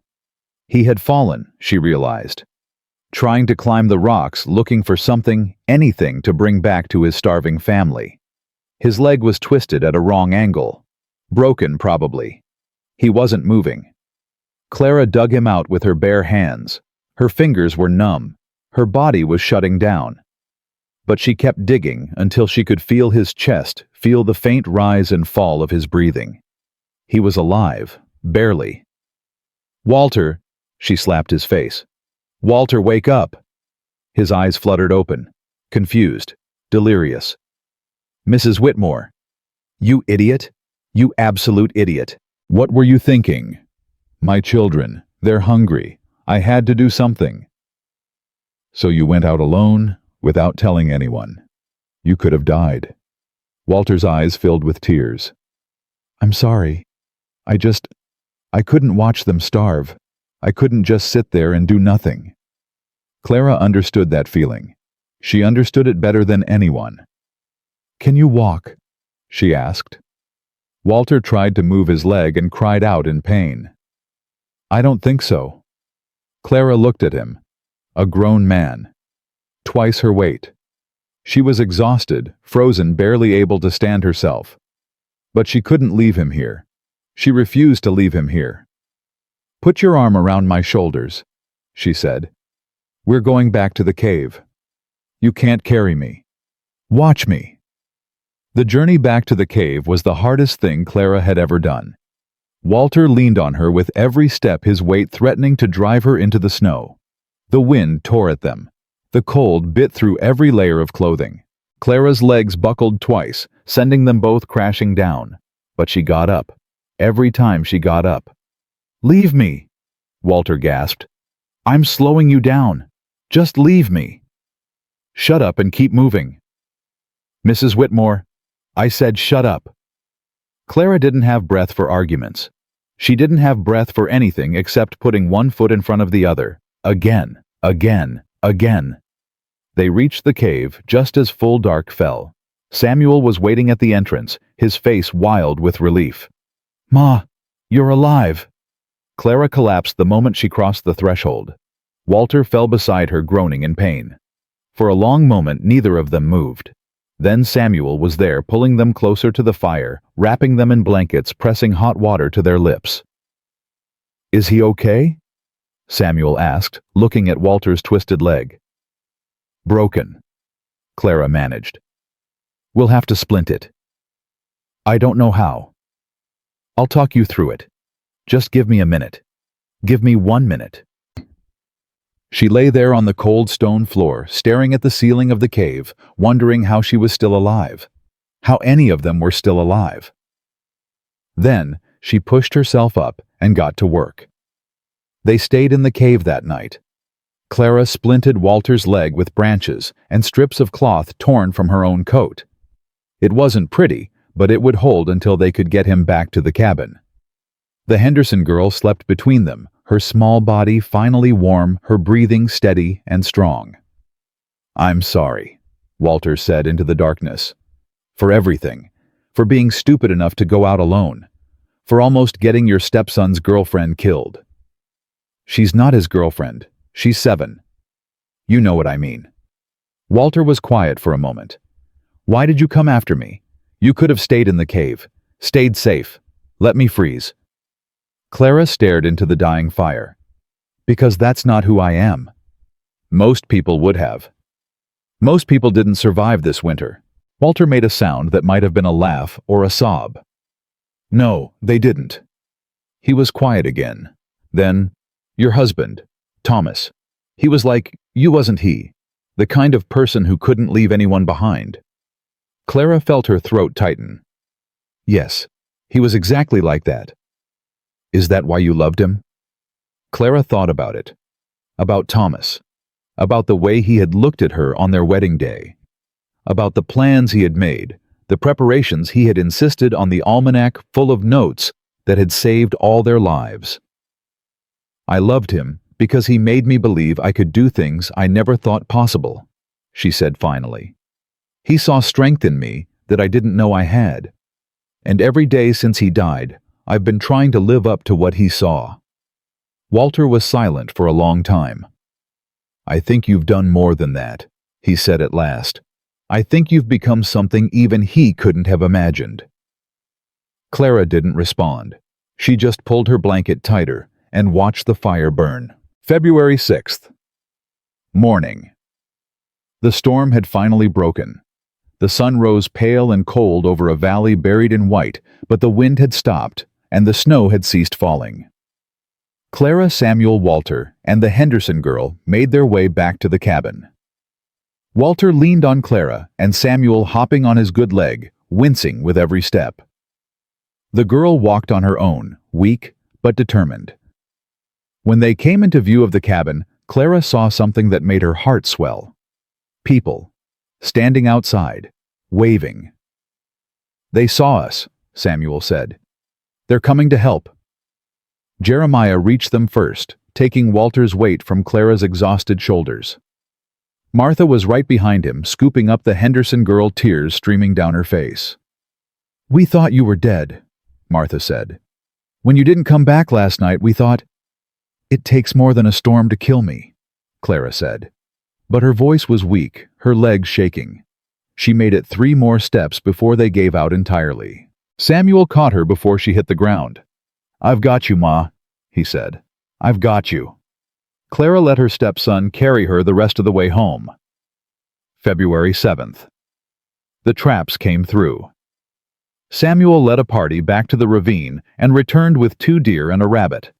Not much for 17 people, but enough to last another week if rationed carefully. You did it, Clara said when he showed her the catch. You actually did it. Samuel grinned. It was the first real smile she had seen from him in months. We did it, he corrected. All of us. Together. Clara looked around the crowded cabin. At the Dawsons and the Hendersons and the Parkers. At Reverend Crane and his wife. At Martha holding Thomasina while the baby cooed and grabbed at her fingers.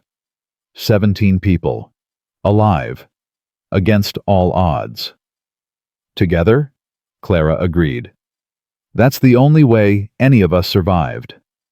February 14th. Valentine's Day. Nobody celebrated. There was nothing to celebrate with. But that evening, Reverend Crane gathered everyone together for a service. We have lost much this winter, he said, his voice still weak from his illness. We have lost homes. We have lost livestock. We have lost our sense of safety, our belief that the world is a predictable place. He paused. But we have not lost each other. And that is a miracle beyond any I have witnessed in my years of ministry. Clara sat in the corner holding Thomasina, listening. The baby was growing stronger every day. Her eyes were bright and curious, taking in the world around her. I have spent my life preaching about faith, the Reverend continued, about trusting in God's plan. But this winter has taught me something new. Faith alone is not enough. We must also have works.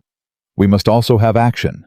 We must also have people like Clara Whitmore who refuse to give up even when all hope seems lost. Clara felt everyone's eyes turn toward her. She looked down at her daughter, uncomfortable with the attention. Mrs. Whitmore, the Reverend said, would you like to say anything? Clara hesitated.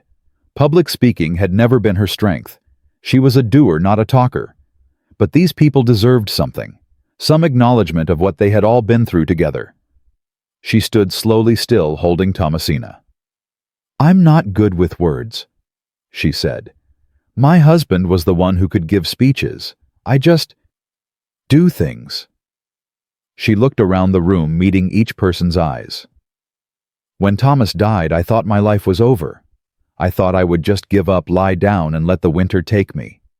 But I couldn't do that, because I had Samuel to take care of. And then I had all of you. She paused, gathering her thoughts.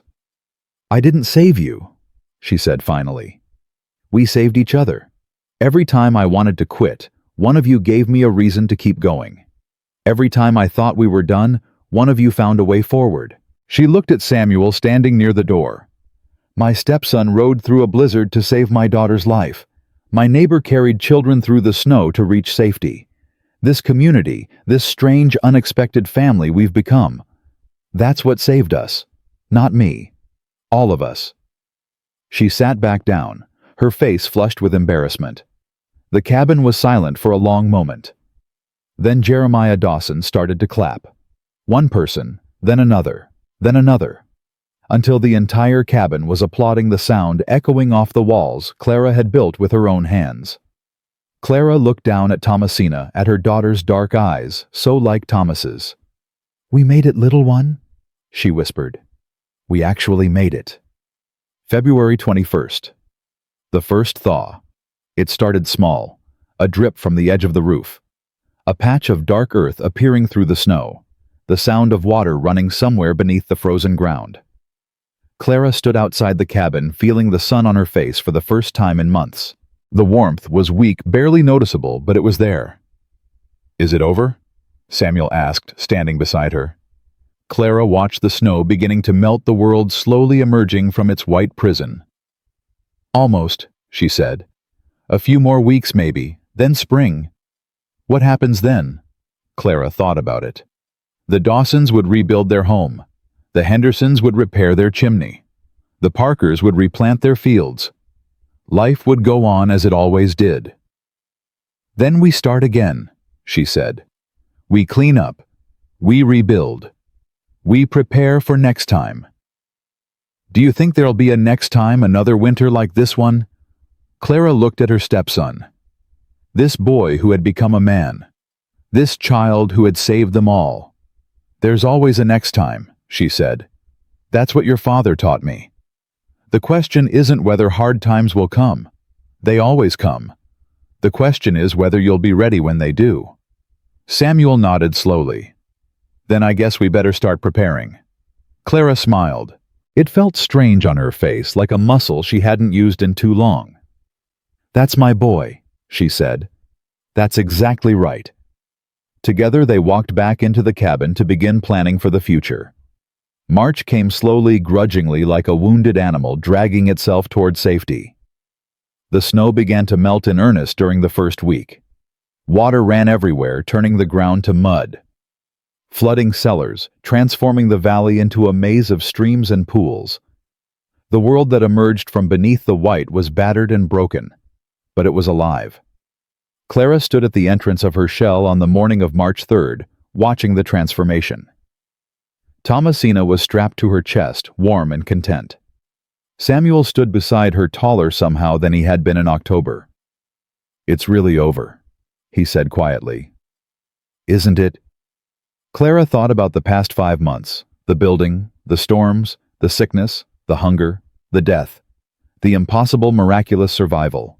"This winter is over," she said. "But what we learned from it, that stays with us forever." Samuel nodded. He understood. He had grown up more in these 5 months than most people do in a lifetime. "What happens now?" he asked. Before Clara could answer, Jeremiah Dawson appeared at the outer door. "Mrs. Whitmore, there's someone here to see you." Clara frowned. "Who?" "Says his name is Harrison. From the Helena Gazette. He wants to write about what happened here." Clara felt her stomach tighten. She had no desire to be written about, no desire to become some kind of curiosity for people who had never known what it meant to fight for survival. "Tell him I'm not interested." Jeremiah shifted uncomfortably. "I already tried that. He says he's not leaving until he talks to you, and he's got a photographer with him." Clara closed her eyes. This was the last thing she needed. "Fine," she said. "Send him in." The reporter was young, maybe 25, clean-shaven, well-dressed, with the soft hands and eager eyes of someone who had never known hardship. "Mrs. Whitmore?" He rushed forward, hand extended. "I'm Robert Harrison. It's an honor to meet you. Everyone in Helena is talking about what you did here." Clara didn't take his hand. What exactly are they saying?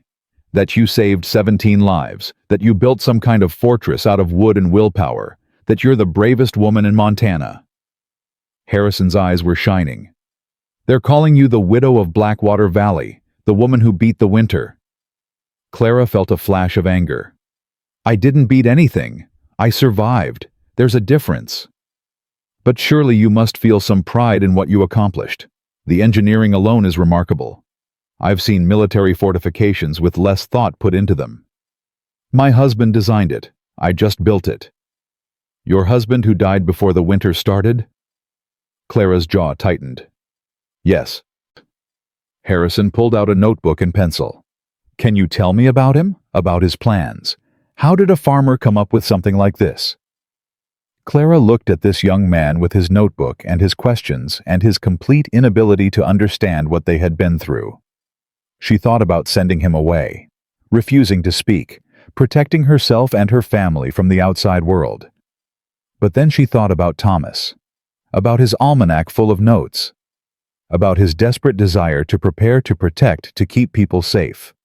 If their story could help others survive, didn't she owe it to Thomas to tell it? Sit down, she said finally. This is going to take a while. Clara talked for 3 hours. She told Harrison everything, about Thomas's almanac, about the signs he had taught her to read, about the shell she had built while pregnant, while the neighbors laughed, while everyone told her she was crazy. She told him about the storms, about the firewood running out, about Samuel's ride to Helena, about Thomasina's fever and the doctor who saved her life.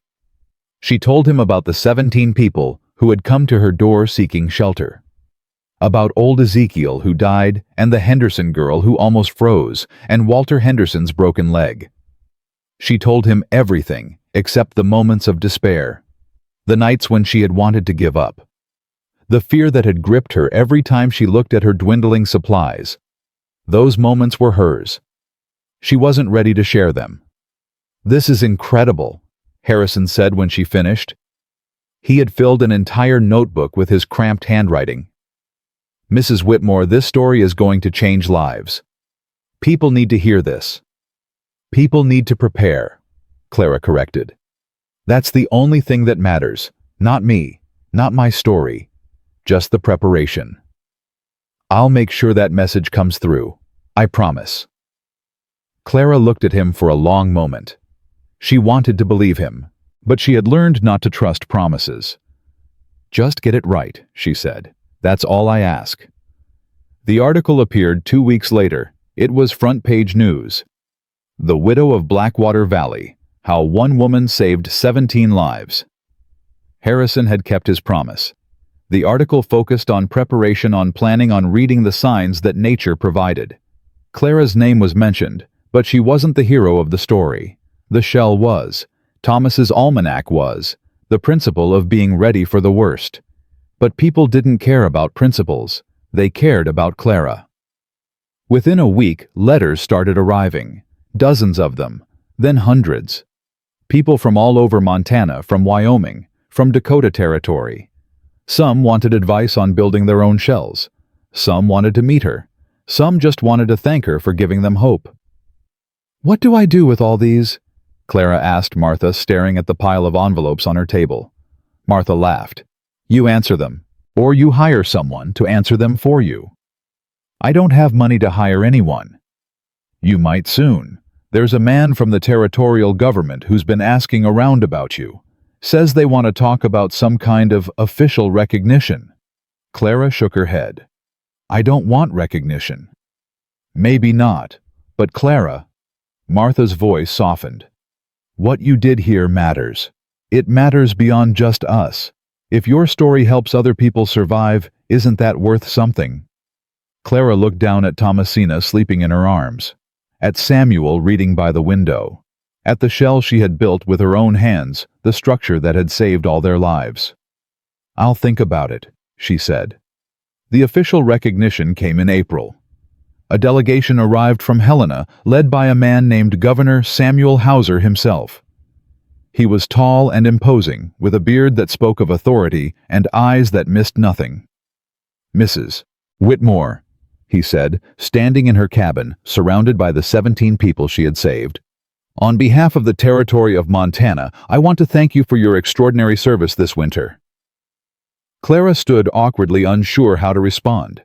She had never met a governor before, had never expected to. "I just did what needed to be done," she said. "You did far more than that. The winter of 1886-87 will be remembered as one of the worst in our territory's history. Cattle losses are estimated at 60%. Human casualties are still being counted." The governor's voice was heavy. "But in this valley in your care, not a single person died from cold or starvation. That is remarkable." "One person died," Clara said quietly. "Ezekiel Turner. From fever. From illness, not from the cold. And that speaks to the conditions you created here. Warm, dry, safe." The governor reached into his coat and pulled out a folded document. "Mrs. Whitmore, I am authorized to offer you a grant of 200 acres of territorial land in recognition of your service. Additionally, the territorial government would like to fund the publication of a manual based on your husband's methods to be distributed to settlers throughout Montana." Clara stared at him. 200 acres. A manual. This was more than she had ever imagined. "I don't understand," she said. "Why would the government do this?" "Because we can't afford to lose any more settlers, Mrs. Whitmore. Every family that freezes, every homestead that fails, is a blow to our territory's future. What you've demonstrated here could save hundreds of lives. Thousands, maybe. That's worth far more to us than 200 acres. Clara looked at Samuel. Her stepson's eyes were wide. "The manual," she said slowly. "It would be based on Thomas's notes, his almanac." "Primarily, yes. With your additions and refinements. We would hire someone to compile and edit it, of course. But the core knowledge would come from your husband's work." Clara felt tears prick her eyes.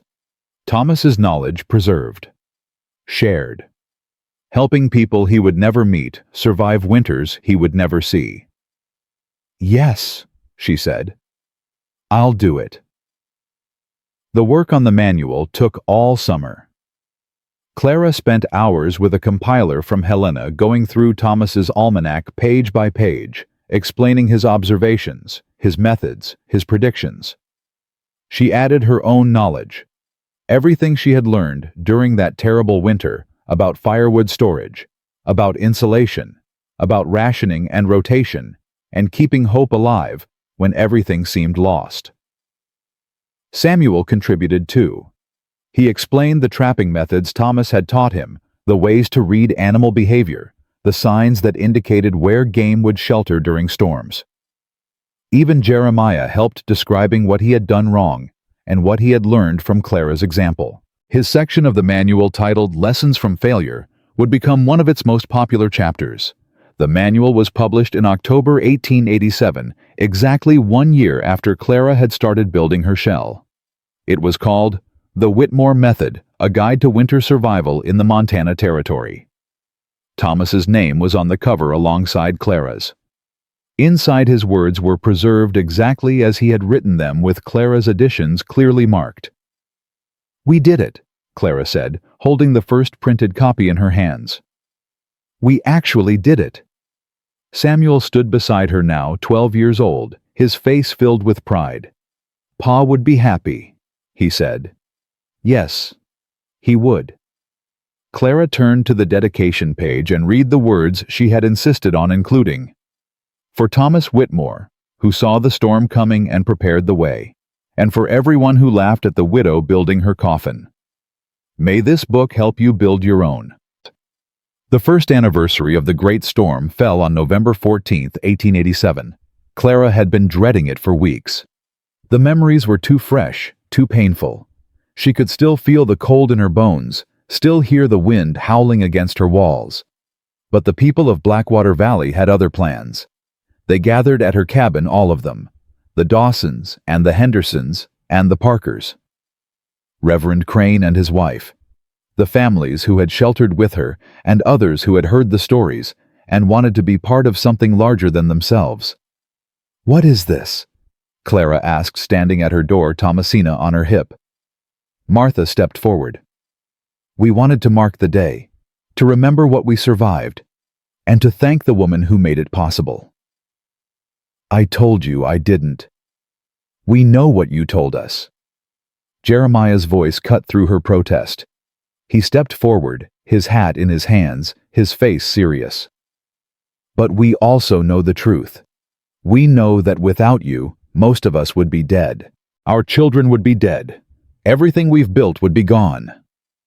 He reached into his coat and pulled out something small and gleaming. The men of the valley got together and had this made, he said. It's not much, but we wanted you to have it. Clara took the object. It was a locket silver with an engraving on the front. She opened it and found two tiny portraits inside. One of Thomas copied from the photograph she kept on her mantel. One of the cabin with its wooden shell visible around the edges.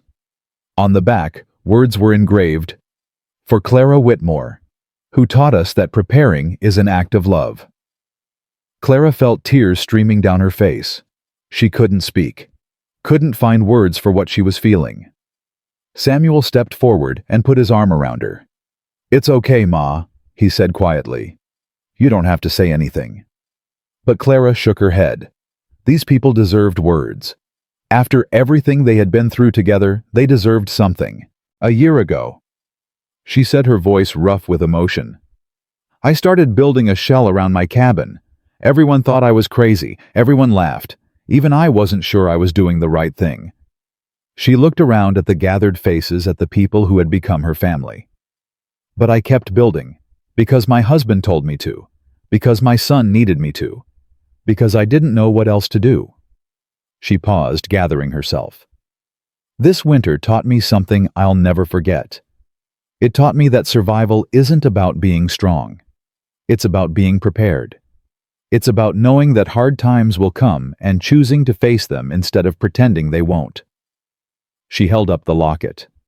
"This is beautiful. But the real gift is standing right here. All of you, alive, together. That's the only thing that matters." The crowd was silent for a moment. Then someone started clapping. Then another. Then everyone.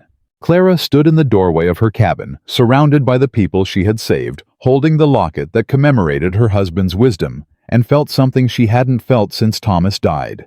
Peace. The years that followed were good ones. Clara's manual spread across Montana, then to other territories. Settlers who had never heard her name built shells around their cabins, stored their firewood, the way Thomas had taught, read the signs of coming storms, the way Clara had learned to read them. The death toll from harsh winters dropped significantly. Not to zero. There would always be people who refused to prepare, who laughed at caution, who believed they could beat nature through sheer stubbornness.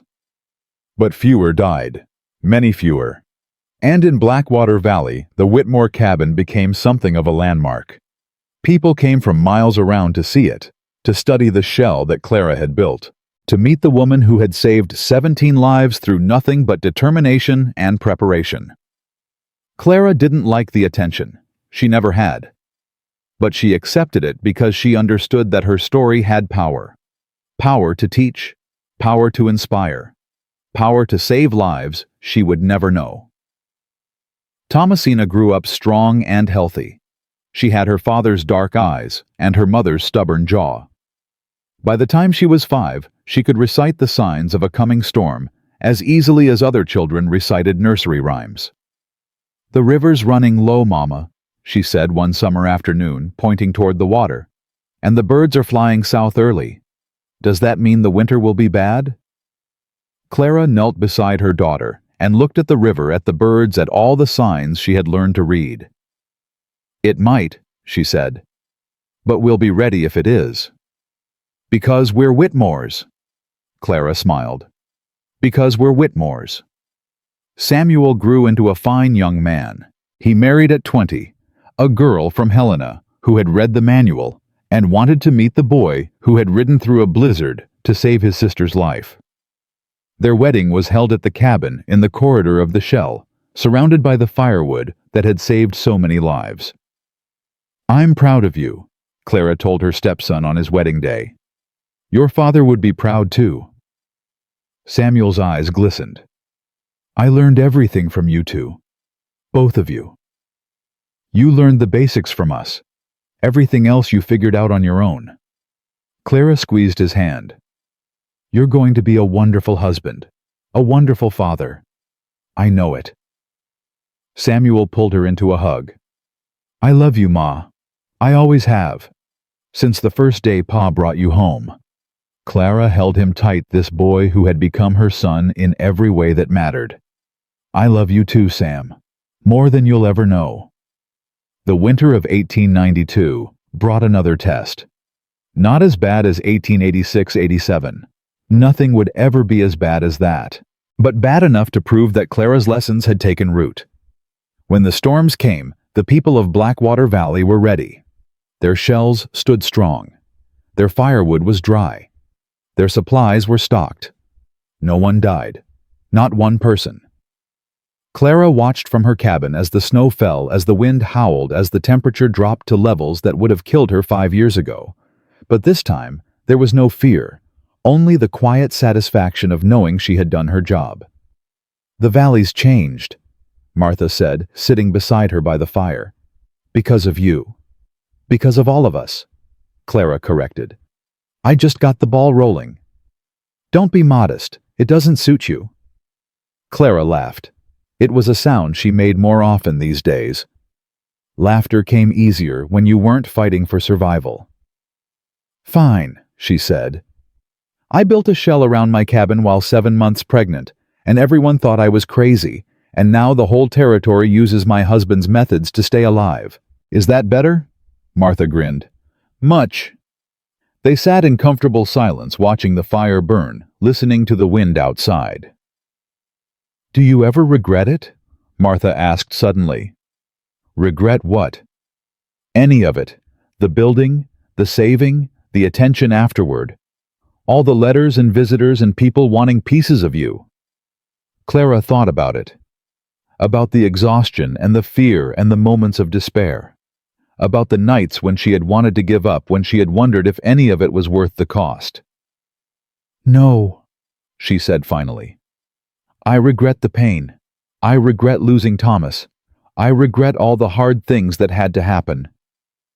She looked at Martha. But I don't regret the choices I made.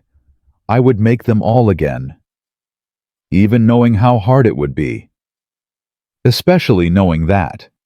Because the hard things are the ones that matter. The hard things are the ones that change us.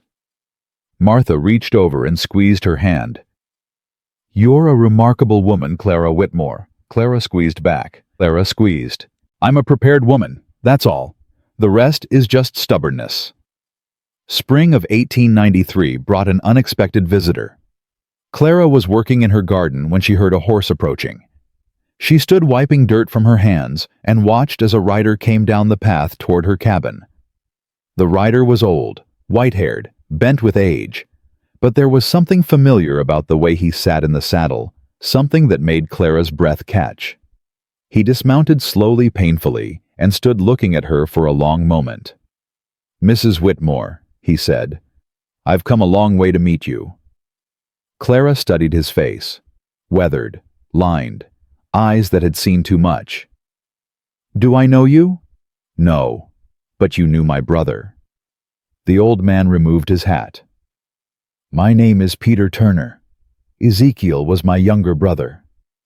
Clara felt the breath leave her body. Ezekiel, the old blacksmith who had believed in her when no one else did.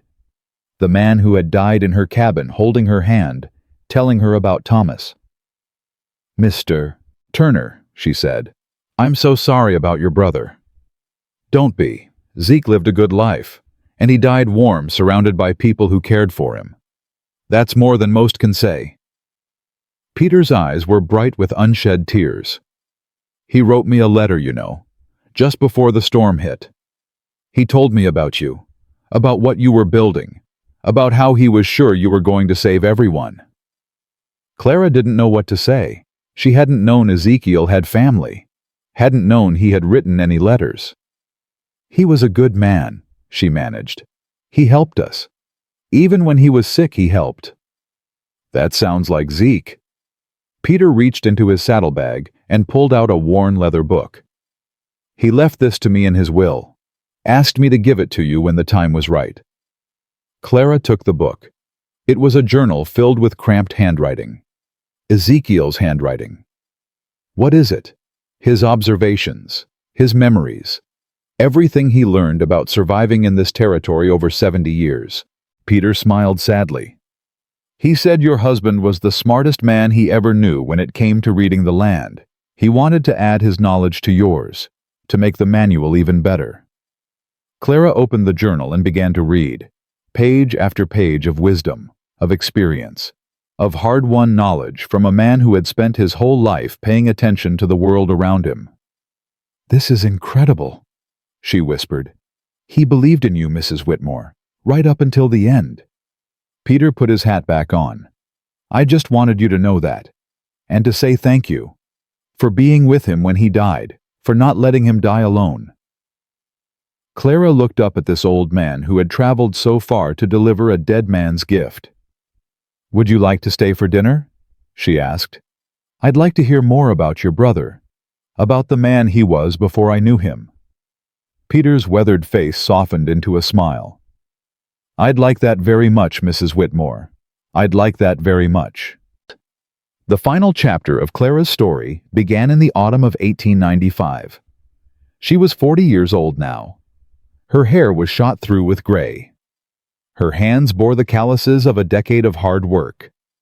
But her eyes were still bright, her mind still sharp, her spirit still unbroken. Thomasina was 8, smart and capable with her father's quiet wisdom and her mother's fierce determination. Samuel had 2 children of his own now, a boy and a girl, both of whom called Clara Grandma, even though she wasn't related to them by blood. The cabin still stood, its shell weathered but strong. Other buildings had grown up around it over the years, a barn, a workshop, a small schoolhouse where Clara taught the children of the valley to read the signs of coming storms. On the morning of October 15th, Clara woke early and walked outside to watch the sunrise. The air had that familiar bite to it, that warning of winter coming. She looked at the river running lower than usual, at the birds already heading south, at all the signs that Thomas had taught her to read so many years ago. "Going to be a hard one," she said quietly. Samuel appeared beside her, his own children playing in the yard behind them. "You always know," he said, "before anyone else. Your father taught me well. You taught yourself. Pa showed you the signs, but you're the one who learned to see them." Clara smiled. "When did you get so wise?" "Around the same time I stopped being an idiot." Samuel grinned. "So roughly 12 years ago." They stood together, mother and son, watching the sun rise over the valley they had saved. "Ma," Samuel said after a long silence, "can I ask you something?" "Always." "Do you ever wonder what would have happened if you hadn't built the shell, if you had just given up after Pa died?" Clara thought about it. She had asked herself that question many times over the years. What if she had listened to the doubters? What if she had been too tired, too grief-stricken, too pregnant to fight? 17 people would have died, she said simply. Including you, including me, including your sister who wouldn't have been born at all. But do you ever wonder about the life you might have had if you hadn't become this? Samuel gestured at the cabin, at the shell, at everything she had built. Clara turned to face her son, her boy who had become a man, her greatest pride after Thomasina. "Samuel, listen to me. The life I might have had doesn't matter. What matters is the life I chose. I chose to build. I chose to fight. I chose to save everyone I could, even when it seemed impossible."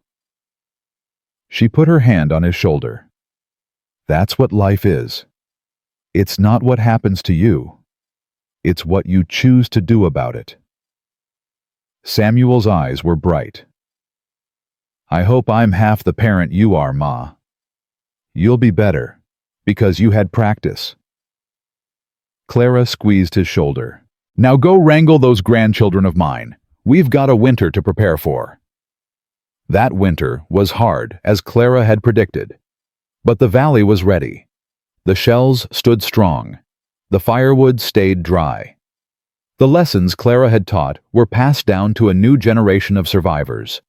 And in her cabin, surrounded by family, Clara Whitmore watched the snow fall and felt no fear. Only gratitude for the life she had built, the people she had saved, and the legacy she would leave behind. She thought about Thomas, buried beneath the oak behind the cabin. About Ezekiel, whose journal now sat beside Thomas's almanac on her shelf. About all the people who had laughed at her, then begged for her help, then learned from her example. She thought about the locket around her neck with its engraved message, "Preparing is an act of love." And she thought about her children, Samuel strong and capable, Thomasina fierce and determined, the grandchildren already learning to read the signs of coming storms. Her legacy wasn't the shell, it wasn't the manual, it wasn't even the lives she had saved. Her legacy was this, the knowledge that hard times would come, and the certainty that being prepared could make all the difference. The understanding that survival wasn't about strength or luck or divine intervention. It was about paying attention, about planning ahead, about refusing to give up even when every voice around you said it was hopeless. That was what Thomas had taught her. That was what she had taught her children. That was what would continue long after she was gone. Clara Whitmore looked out at the snow-covered valley, at the community she had helped create, at the future she had made possible. And she smiled, because she had built something that would outlast her. Something that would save lives she would never know in winters she would never see. She had built a legacy of preparation, of determination, of love in the face of impossible odds, and that was worth more than all the recognition in the world. The neighbors had laughed when the pregnant widow built a shell around her cabin. But Clara Whitmore had the last laugh, because she was still here. And so were they.